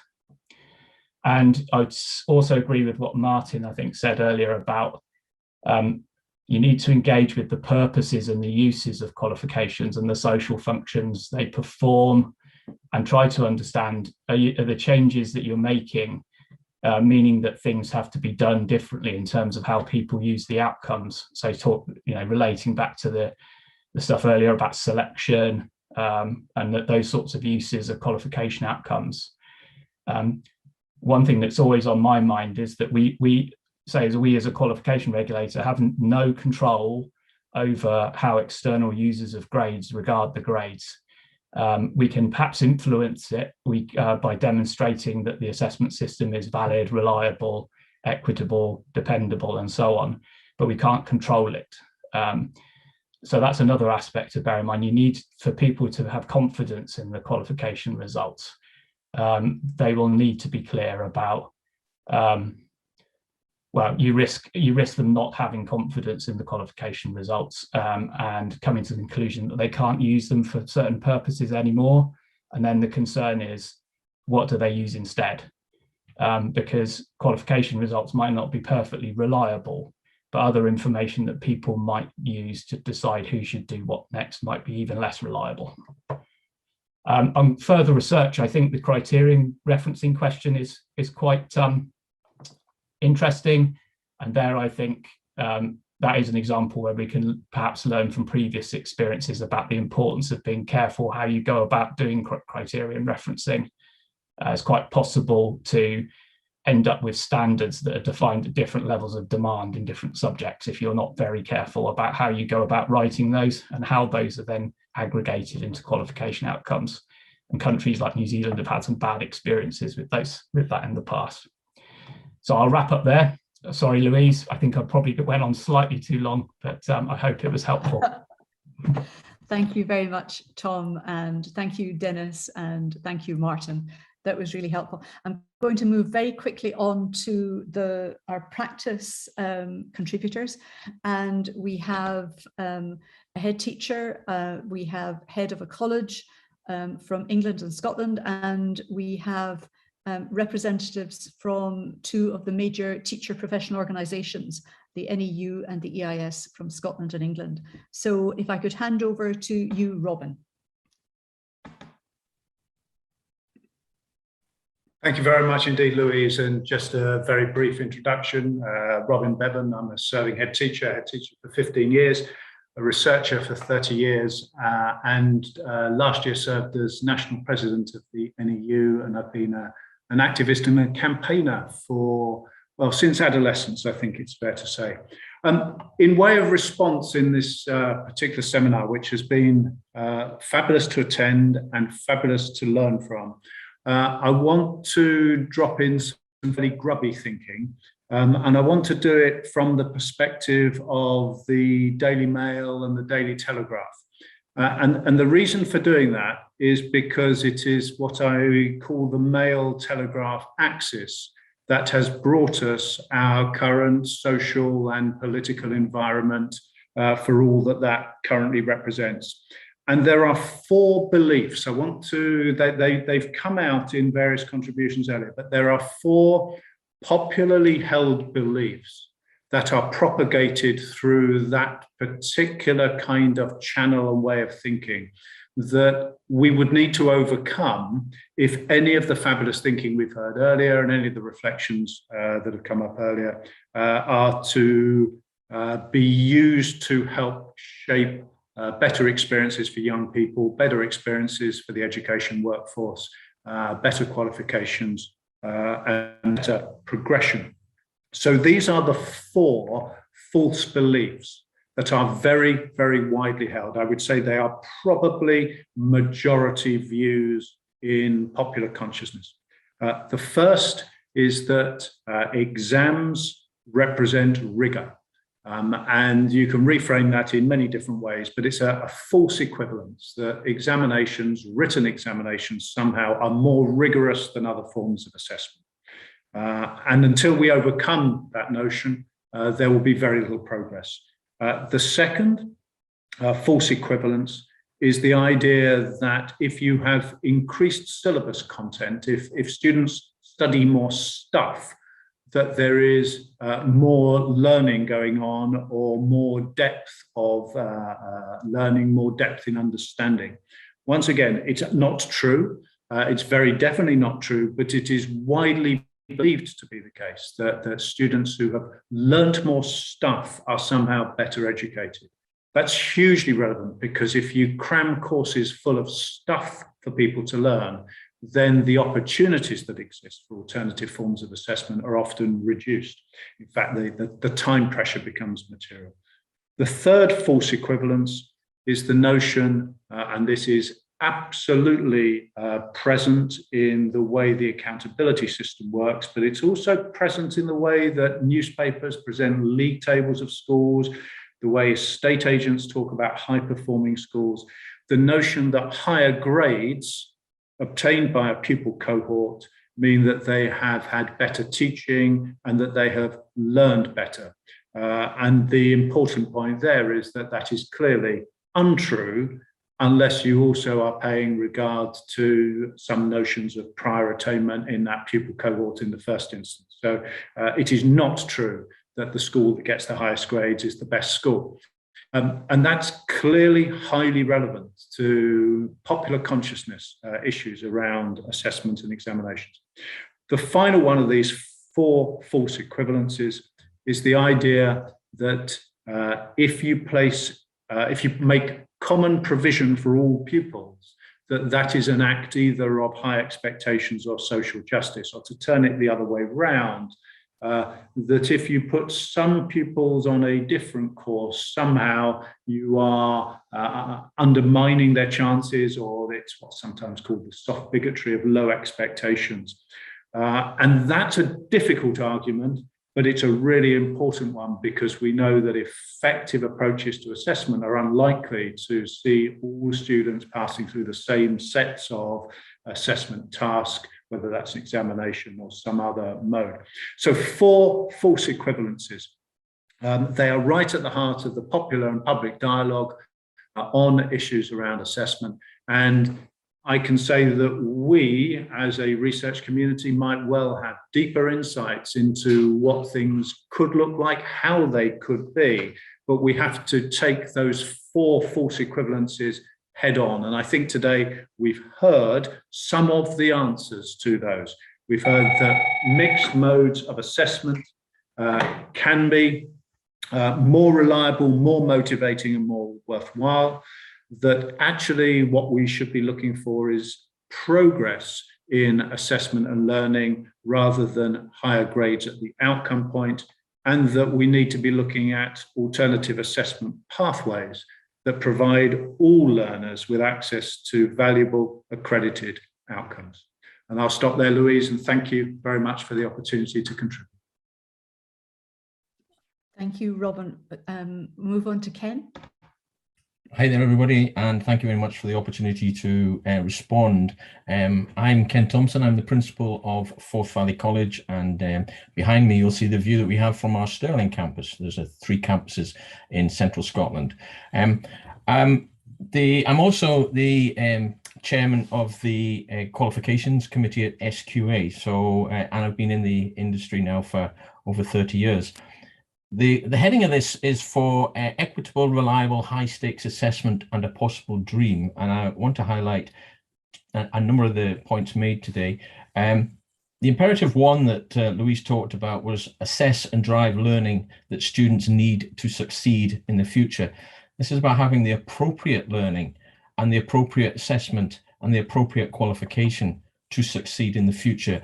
And what does success mean? Is this into business? Is this the assessment and qualification that business require, or is it for life? I think there's an imperative 2 or 3, sorry, was about well-being and planning for positive impact. We have been, and our young people have been through quite a journey so far. Health and well-being is at the forefront of much of our thinking, and it's about understanding how that can be incorporated. I want to just highlight something else, the fact that in the college sector, my own sector, we've been doing competency-based learning for some time, continuous assessment. Our standards are industry-based. There are performance criteria. Indeed, in 1993, when I first started, we had performance criteria to work to. And it was an evidence-based approach, and it was up to us to decide on that assessment that met the evidence. And those qualifications then held an awful lot of rigor for industry and universities to ensure the next step. And that leads you into the progression that was talked about, and those understanding the standards that individuals pass to allow them to then progress onwards. And in effect, for me, the qualifications become a kind of passport for our learner's journey and a pathway from one step to the next, to the next, to the next. And it's really important that people understand that, and teachers particularly, and it was mentioned earlier, that that pathway is for the journey, the learner's journey to their next stage, not necessarily to the next task that they need to undertake. Interestingly, from our perspective in Scotland, recent studies show that 70,000 school pupils are currently working between schools and colleges, and that's between an academic and vocational program. And one of the issues I want to pick up on was mentioned by Gordon around public perception, I think, and culture. Outcome-based assessment is, for me, the most appropriate way forward. But we do have a real difficulty with perception, and I'm afraid, John, it doesn't help that when we're talking about outcome-based assessment, the picture that is in the top right-hand corner is in plumbing and brickwork and hairdressing are the examples used. I have a dog in my study at the moment who was spayed 2 days ago by a very competent vet. I wasn't particularly concerned whether they had passed their exams.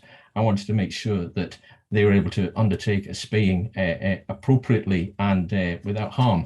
And that's why the vocational learning really needs to be highlighted in public perception as being important in a partnership potentially between colleges and schools.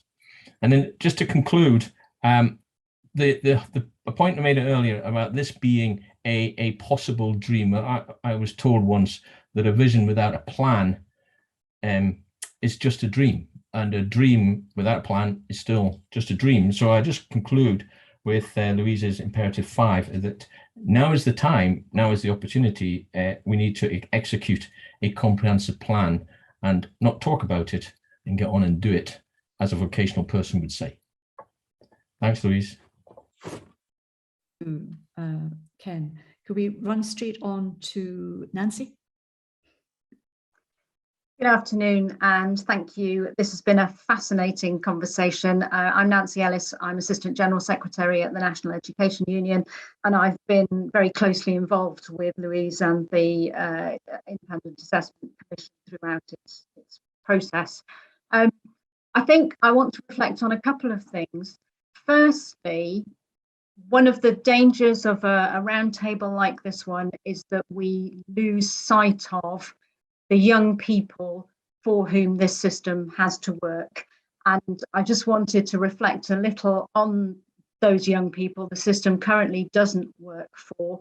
We all know about the forgotten third, as they're called, the bottom, if you like, third, who won't pass exams, who won't get the right grades, who spend the next couple of years resitting English and maths in the English system, because we all know that doing the same thing over and over is the way to succeed.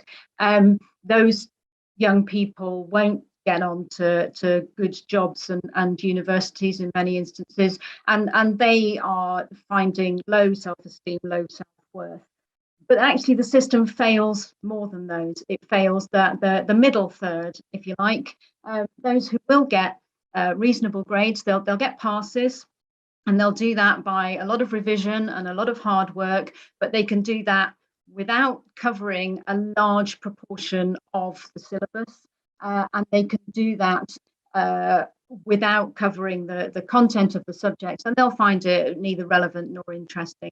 And the system also fails the top third, if you like, those who will do well, but who do well at the expense of their own mental health in many instances, but also at the expense of any deep learning, the love of their subject, and the creativity and the innovation that the Times Education Commission this morning has come out with talking about that. That's what's needed for the economy. I think it's really important that we remember that that's what we're here for, to build that system. And that's come through in some of those presentations that we've heard already. There are particular issues there for Black children, for Black young people, for those in care, for those with special educational needs. And we have to make sure that a fairer system involves and includes all of those people. I also wanted to reflect on a couple of things that people have said around the role of the profession in this. I think Gordon mentioned the idea that teachers can rebel against that use of teacher assessment, particularly if we don't change the accountability system. The role of teacher assessment becomes extremely risky. It becomes something that you have to protect yourself, and therefore it builds an industry of evidence gathering for that protection. It becomes a massive workload, which is why then the profession isn't keen on it. But I wanted to address particularly something that Dennis said about the way in which teacher assessment over the last couple of years has been deemed to be, or there's been less public confidence in teacher assessment. And I think what we have to be absolutely clear about is that that system that we've had in England over the last couple of years is not a system of teacher assessment that we would want to move to. It was implemented enormously quickly, very poorly. It was unmoderated in the best senses, and is therefore not fit for purpose. And in order to build confidence in the teaching profession, we need to take those things on. And I'll just finish by saying one of the things that has really struck me about these presentations, this isn't a comment on BERA, and I know that Louise and the Commission grappled with this. If we want an equitable assessment system, we need a diverse viewpoint. We need all the diverse viewpoints within the framing of the system. You look at the diversity of this roundtable and you see what the problem is. That's the problem, that the decision makers and the designers of the system are not a diverse group, and we need to be able to build those systems in if we're going to have an equitable system. Thank you.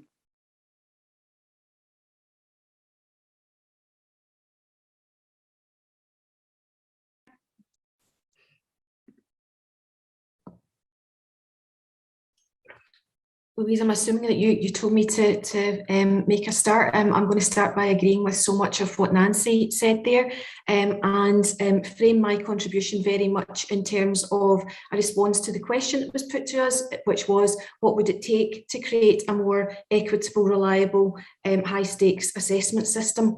I should say my name's Andrea Bradley. I'm Assistant Secretary of the Educational Institute of Scotland, and a lot of the debate and the discussion this afternoon reflects very much the live debate in Scotland at the moment around so many of these issues, and we're very pleased to say that Louise is leading on another big part of the work in relation to hopefully solving some of these issues for us in Scotland over the next while.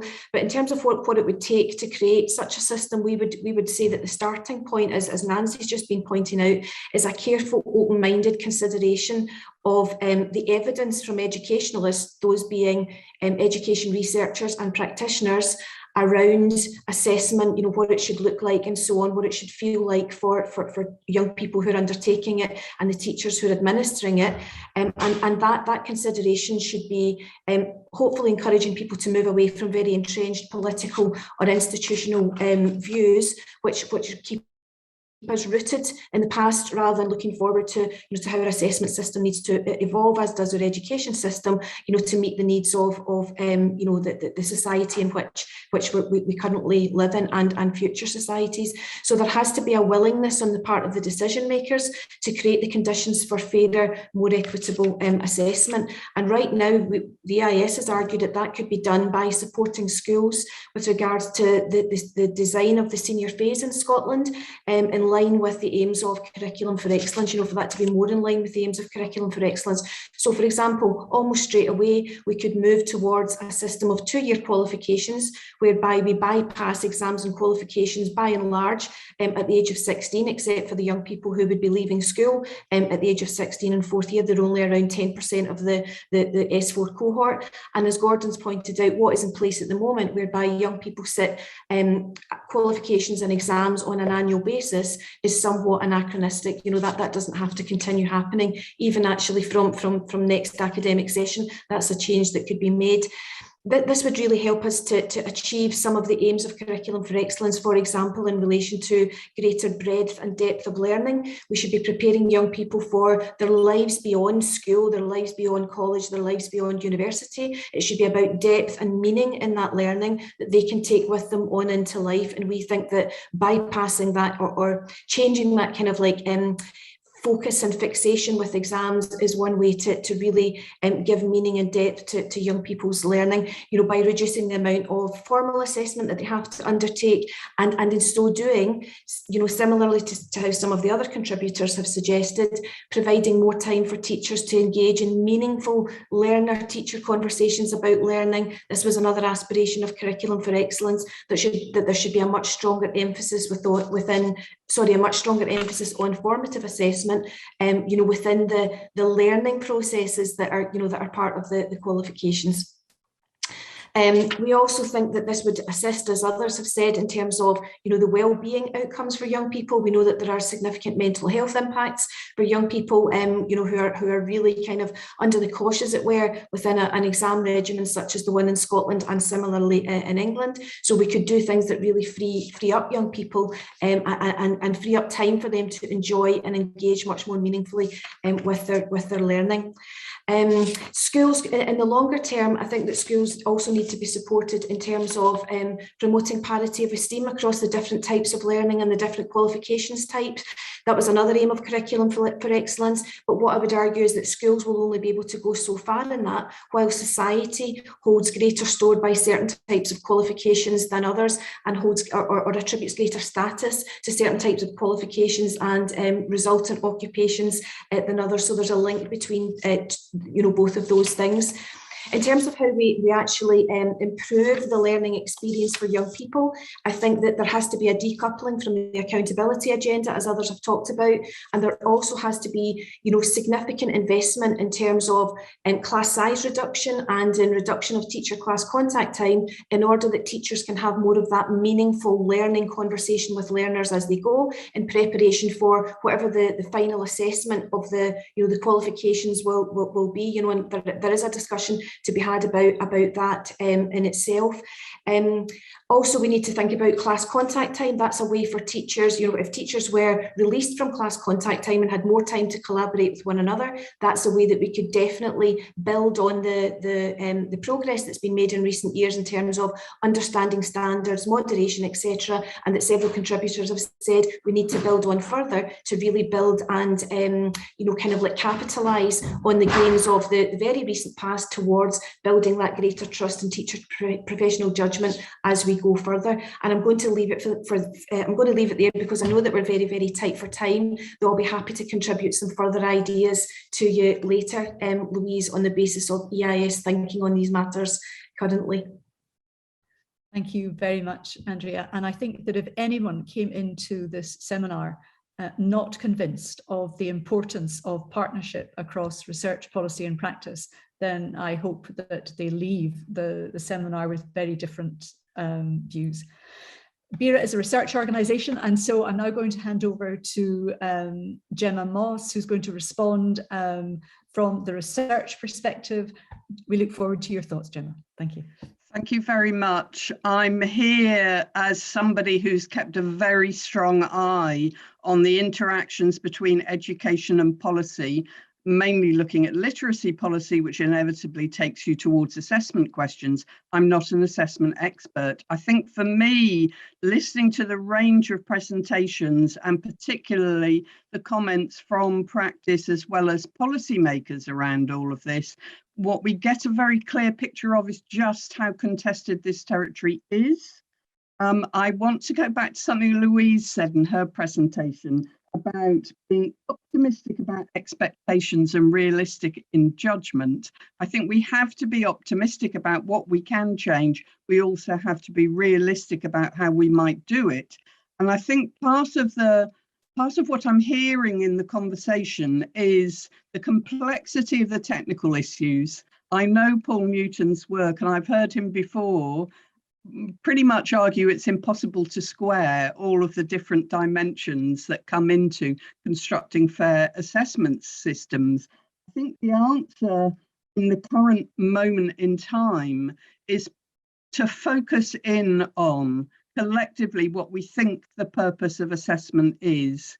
And we need a public discussion about that. I take absolutely Gordon's point that none of these questions can actually be sorted out through a technical discussion. They are deeply political questions, and Robin nicely flagged up some of the political dimensions to thinking about this. I think for me, running through the presentations, there's a different kind of orientation to what assessment does within education. Does it enable or does it exclude?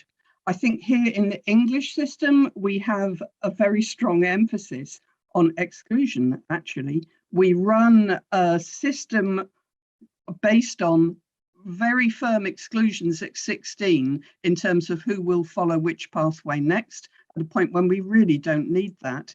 If we were thinking about an enabling education for all of our young children, we would not be having a high stakes exclusion point at 16. And I think that in getting from where we are, though, we have to be realistic about this. I do think it's very difficult to engineer change with a high accountability, high stakes assessment system. England is probably at the sharp edge of that. I know it's possible to have other and different kinds of conversations in other parts of the 4 nations, but they often get the backwash from the accountability pressures in England. So is there a way out of that? I think we have to rebuild trust around an enabling agenda rather than going back to getting the public caught up in exclusions, as it were. And it's making me think about, there's been a lot of change in the exam system, particularly since politicians have got so interested in very direct control over what education does.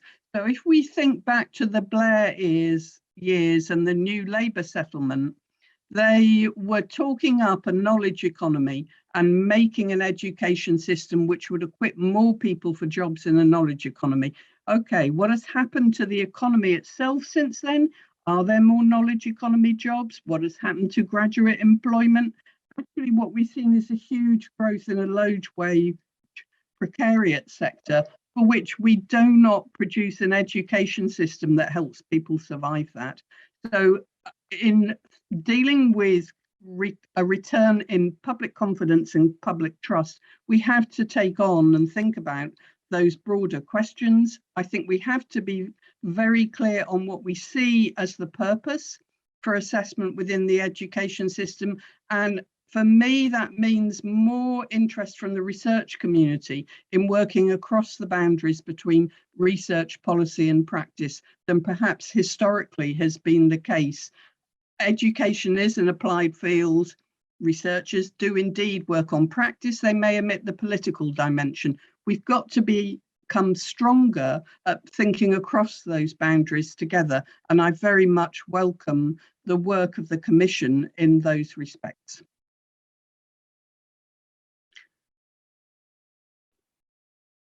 Gemma, thank you very much for these really insightful comments. I think that the phrase that's going to stay with me is an enabling agenda, and how do we begin to construct an enabling agenda collectively through the process. So thank you very much for that. I wonder if I could ask all the speakers and respondents to turn on their cameras, and we can then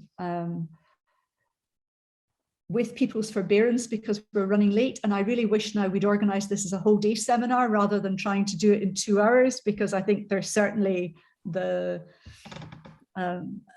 the meat that would have been a really interesting day event. But I wonder if we've got a whole range of questions. We're only going to have time for 1 or 2 of them. But I wonder that there's a question that a number of people have liked, which is political attacks on teacher professionalism has eroded public trust in teacher assessment. What ideas might people from the panel have to address how to rebuild public confidence in teacher professionalism? Robin, I wonder if, given that you were identifying the issues from the Telegraph and was it the Mail or the Mirror? I can't remember. But do you have thoughts on that? How might we build trust in teacher professionalism? Gosh, that's a big question, and to come to it with no prep is a nice challenge. Thank you, Louise. It's my confidence in your ability to respond, Robin. It's a bit like opening the first page of that exam paper, isn't it? And just reading the question and thinking, I'll move on to the next one. Okay, I think first of all, the question is based on a sound premise that there have been sustained political and cultural attacks on teacher professionalism. And just to give one illustration, the Telegraph ran a front page story only 2 weeks ago that said that teachers were prioritising holidays over catch up. And when you actually read the article, what it was actually about was the fact that some schools have moved to a 2-week half term in October and moved that week of teaching to another point in the year. And yet the headline runs that story. So in terms of responses, I think there's 2 things. There's the response that comes through organisations that represent teachers, whether they are unions or whether they're other professional bodies that speaks up and includes the research community that speaks up for the professionalism and the integrity and the importance of the work that teachers undertake. There's a second part that is perhaps a little bit more political and maybe not necessarily entirely for this forum, but it's quite clear that those attacks come from certain aspects of the political spectrum and not from others. I think we just have to be honest about that. But there's a third piece that I think is crucial to the assessment debate, and that's around developing teachers' own sense of self-worth and self-worth in regards to their professional competence and self-worth in regards to their pedagogic expertise and where we see some of the challenges around introducing teacher assessment a lot of that is rooted in teachers' own apprehension about doing something that they feel potentially ill-equipped to do. So I think there's three pieces then, Louise. There's a piece about organisations that represent the workforce being really, really clear about what a fantastic, it's 1 million people across the United Kingdom work in our schools and colleges, and they are fabulous people. So it's being really clear about that. Secondly, yes, there are political dimensions to it, and we shouldn't hold back from campaigning on those. That's appropriate in our roles. And the third is anything we can do to build teachers' sense of self-worth and agency will be hugely important if we're to move the assessment debate forward. Okay, thank you, Robin. Gordon, is there anything you would like to add? You raised the issue of public confidence. No, I thought Robin's point was spot on. I think there is the issue of professional development and getting out there that teachers are skilled professionals, and part of that is updating our skills as well, and assessment skills should be part of that, particularly as they're often neglected at the training end. Yeah, I'll leave it there. Okay, thank you both very much for that. Robin, I'm going to I won't spare your blushes and say that Robin's 4 myths need to reach wider audience. A brilliant articulation of the bias present in thinking that the gold standard is our current qualification system. So a lot of support for the kinds of issues that have been raised. Another issue emerging is one that I think it might be interesting to ask perhaps Isabel and Stuart to reflect on, which is about the question is, could you please share your thoughts about the moral aspect of assessment in terms, for example, of how tutors engage with others in discussing student progress? Assessment then as a moral issue. Isabel, as a philosopher. I'll start off. First of all human activity is moral. Morality is about life. And I think the questioner has asked the right question, because I think that what I feel overwhelmingly about this afternoon is we must resist thinking that this is a community of thinking that's got all the right answers and everybody else is wrong. We must realise that this is not about assessment practice or theory or educational practice or theory. It's about life and about what's right in life and in society. And that's a matter that all human beings have a right to be involved in.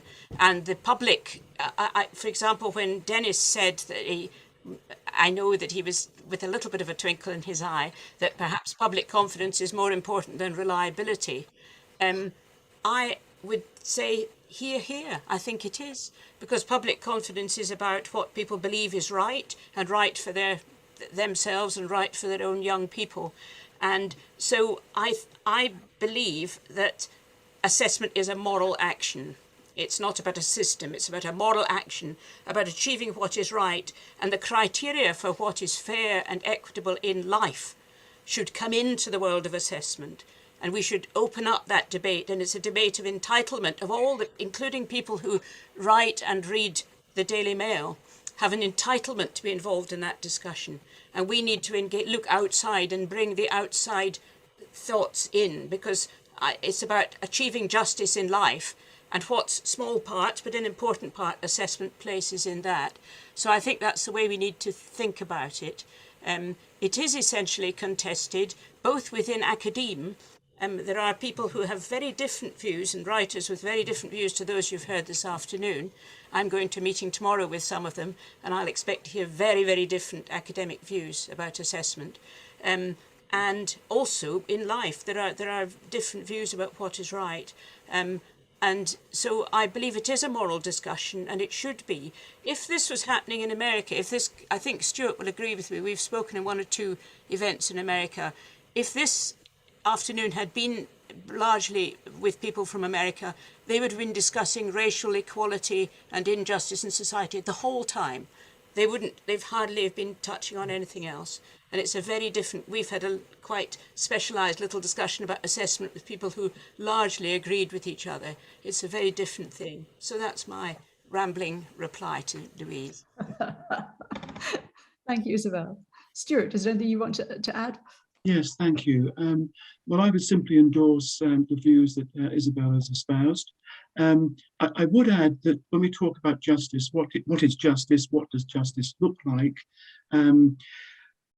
Isabel talks about morality. From my perspective, and coming from a background where I was ensconced in a number of international awarding bodies, I would argue that test developers have an ethical responsibility. Now, there's a nuanced discussion between what constitutes morals and ethics, but I always felt that I, as a practitioner within an awarding body, had an ethical responsibility to produce valid, fair, equitable, reliable assessments, whatever that might have meant.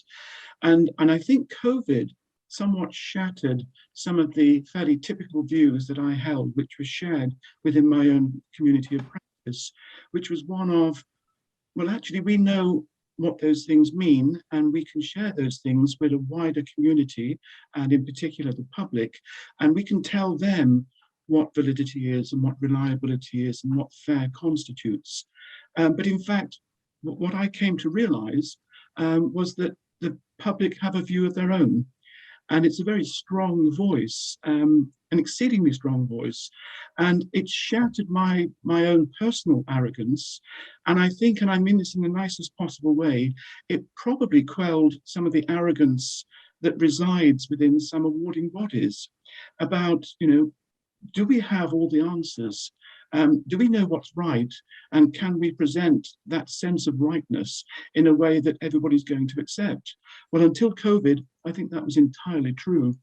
I think it's been somewhat reconfigured since that time.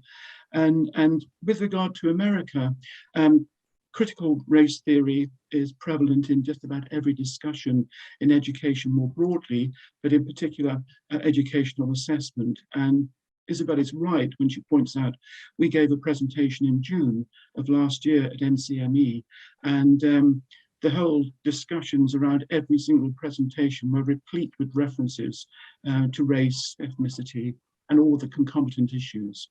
So I think I'll leave it there, but I do strongly advocate the notion that as a test developer, test designer, we should have a very strong ethical responsibility and sense of morality in what we do at all times.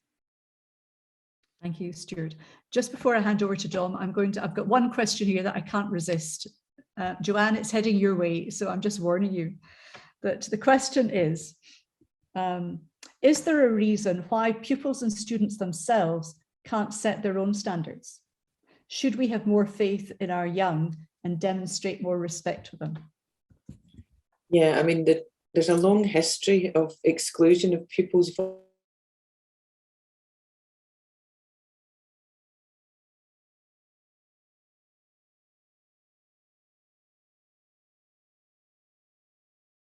voices in educational assessment, which I think the criteria for standards.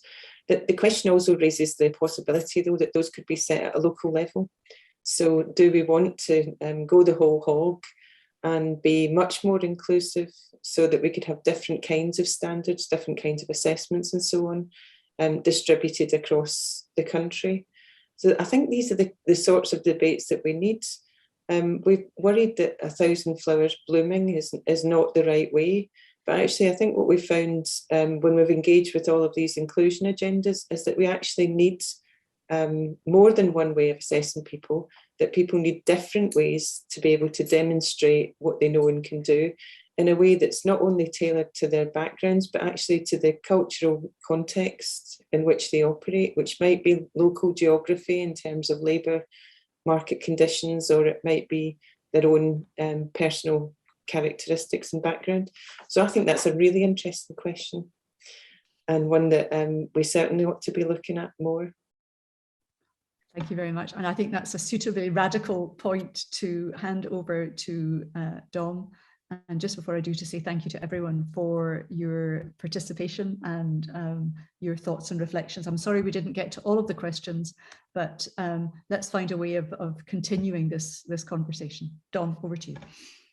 Thank you so much. What a stunningly rich set of presentations, provocations, information, and so on. And I was struck so much by the expertise and knowledge of all of the people presenting today, how profound that is, how complex the issues are.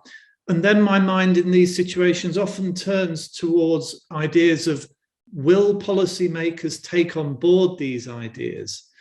And I know lots of us wrestle with this. And I worry a bit about England and its capacity, the capacity of policymakers to take on certain issues in the ways that you have articulated so well today.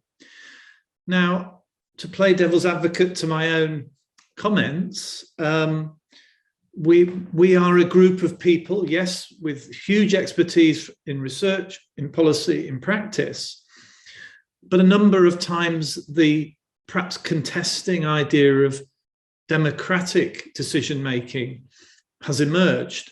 And I think there are really interesting tensions around the democratic mandate of, whole voting populations and people with expertise, with professional expertise.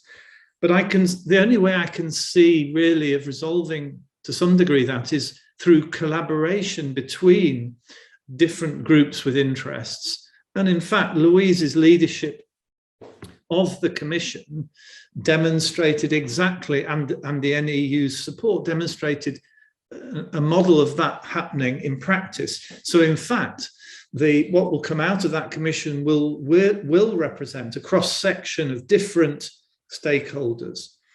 So it's with some real interest I await the formal release of the report and the reaction to it. I also want to thank the audience today. I mean, such great questions. Really, it's so hard, obviously, in the digital environment to engage with you, but we really do appreciate you sort of listening, attending, asking questions, and so on. And so finally, from me and from Vera, this is a tremendous event. Thank you, Louise, all the contributors. It builds on, for example, when Gemma Moss was president, her work looking at assessment, particularly in primary education, for example. And indeed, the NEU is now funding a new commission to look at assessment in primary education. And I'm pleased to say that me and Alice Bradbury, my colleague, will be leading that commission. And so we will be in touch. But I can tell you one thing, the work that everyone here has shared will be uppermost in our mind as we begin to think about this commission. The principles established in the report, although the main focus in practice is older students, there are nevertheless important things that we'll want to build on. And indeed, we'll want to build on Gemma and her colleagues' outstanding work on things like how sampling is a really important way of understanding impacts on pupils. What we will add as well is a very clear-sighted focus on the practices of assessment in primary teachers' classrooms and the impacts on the teachers and the pupils. So thank you all ever so much. We look forward to welcoming you to our forthcoming presidential roundtable. Leon Tickley will be leading on matters to do with race, racism, equality, inclusion, and the Sewell report. Thank you and goodbye.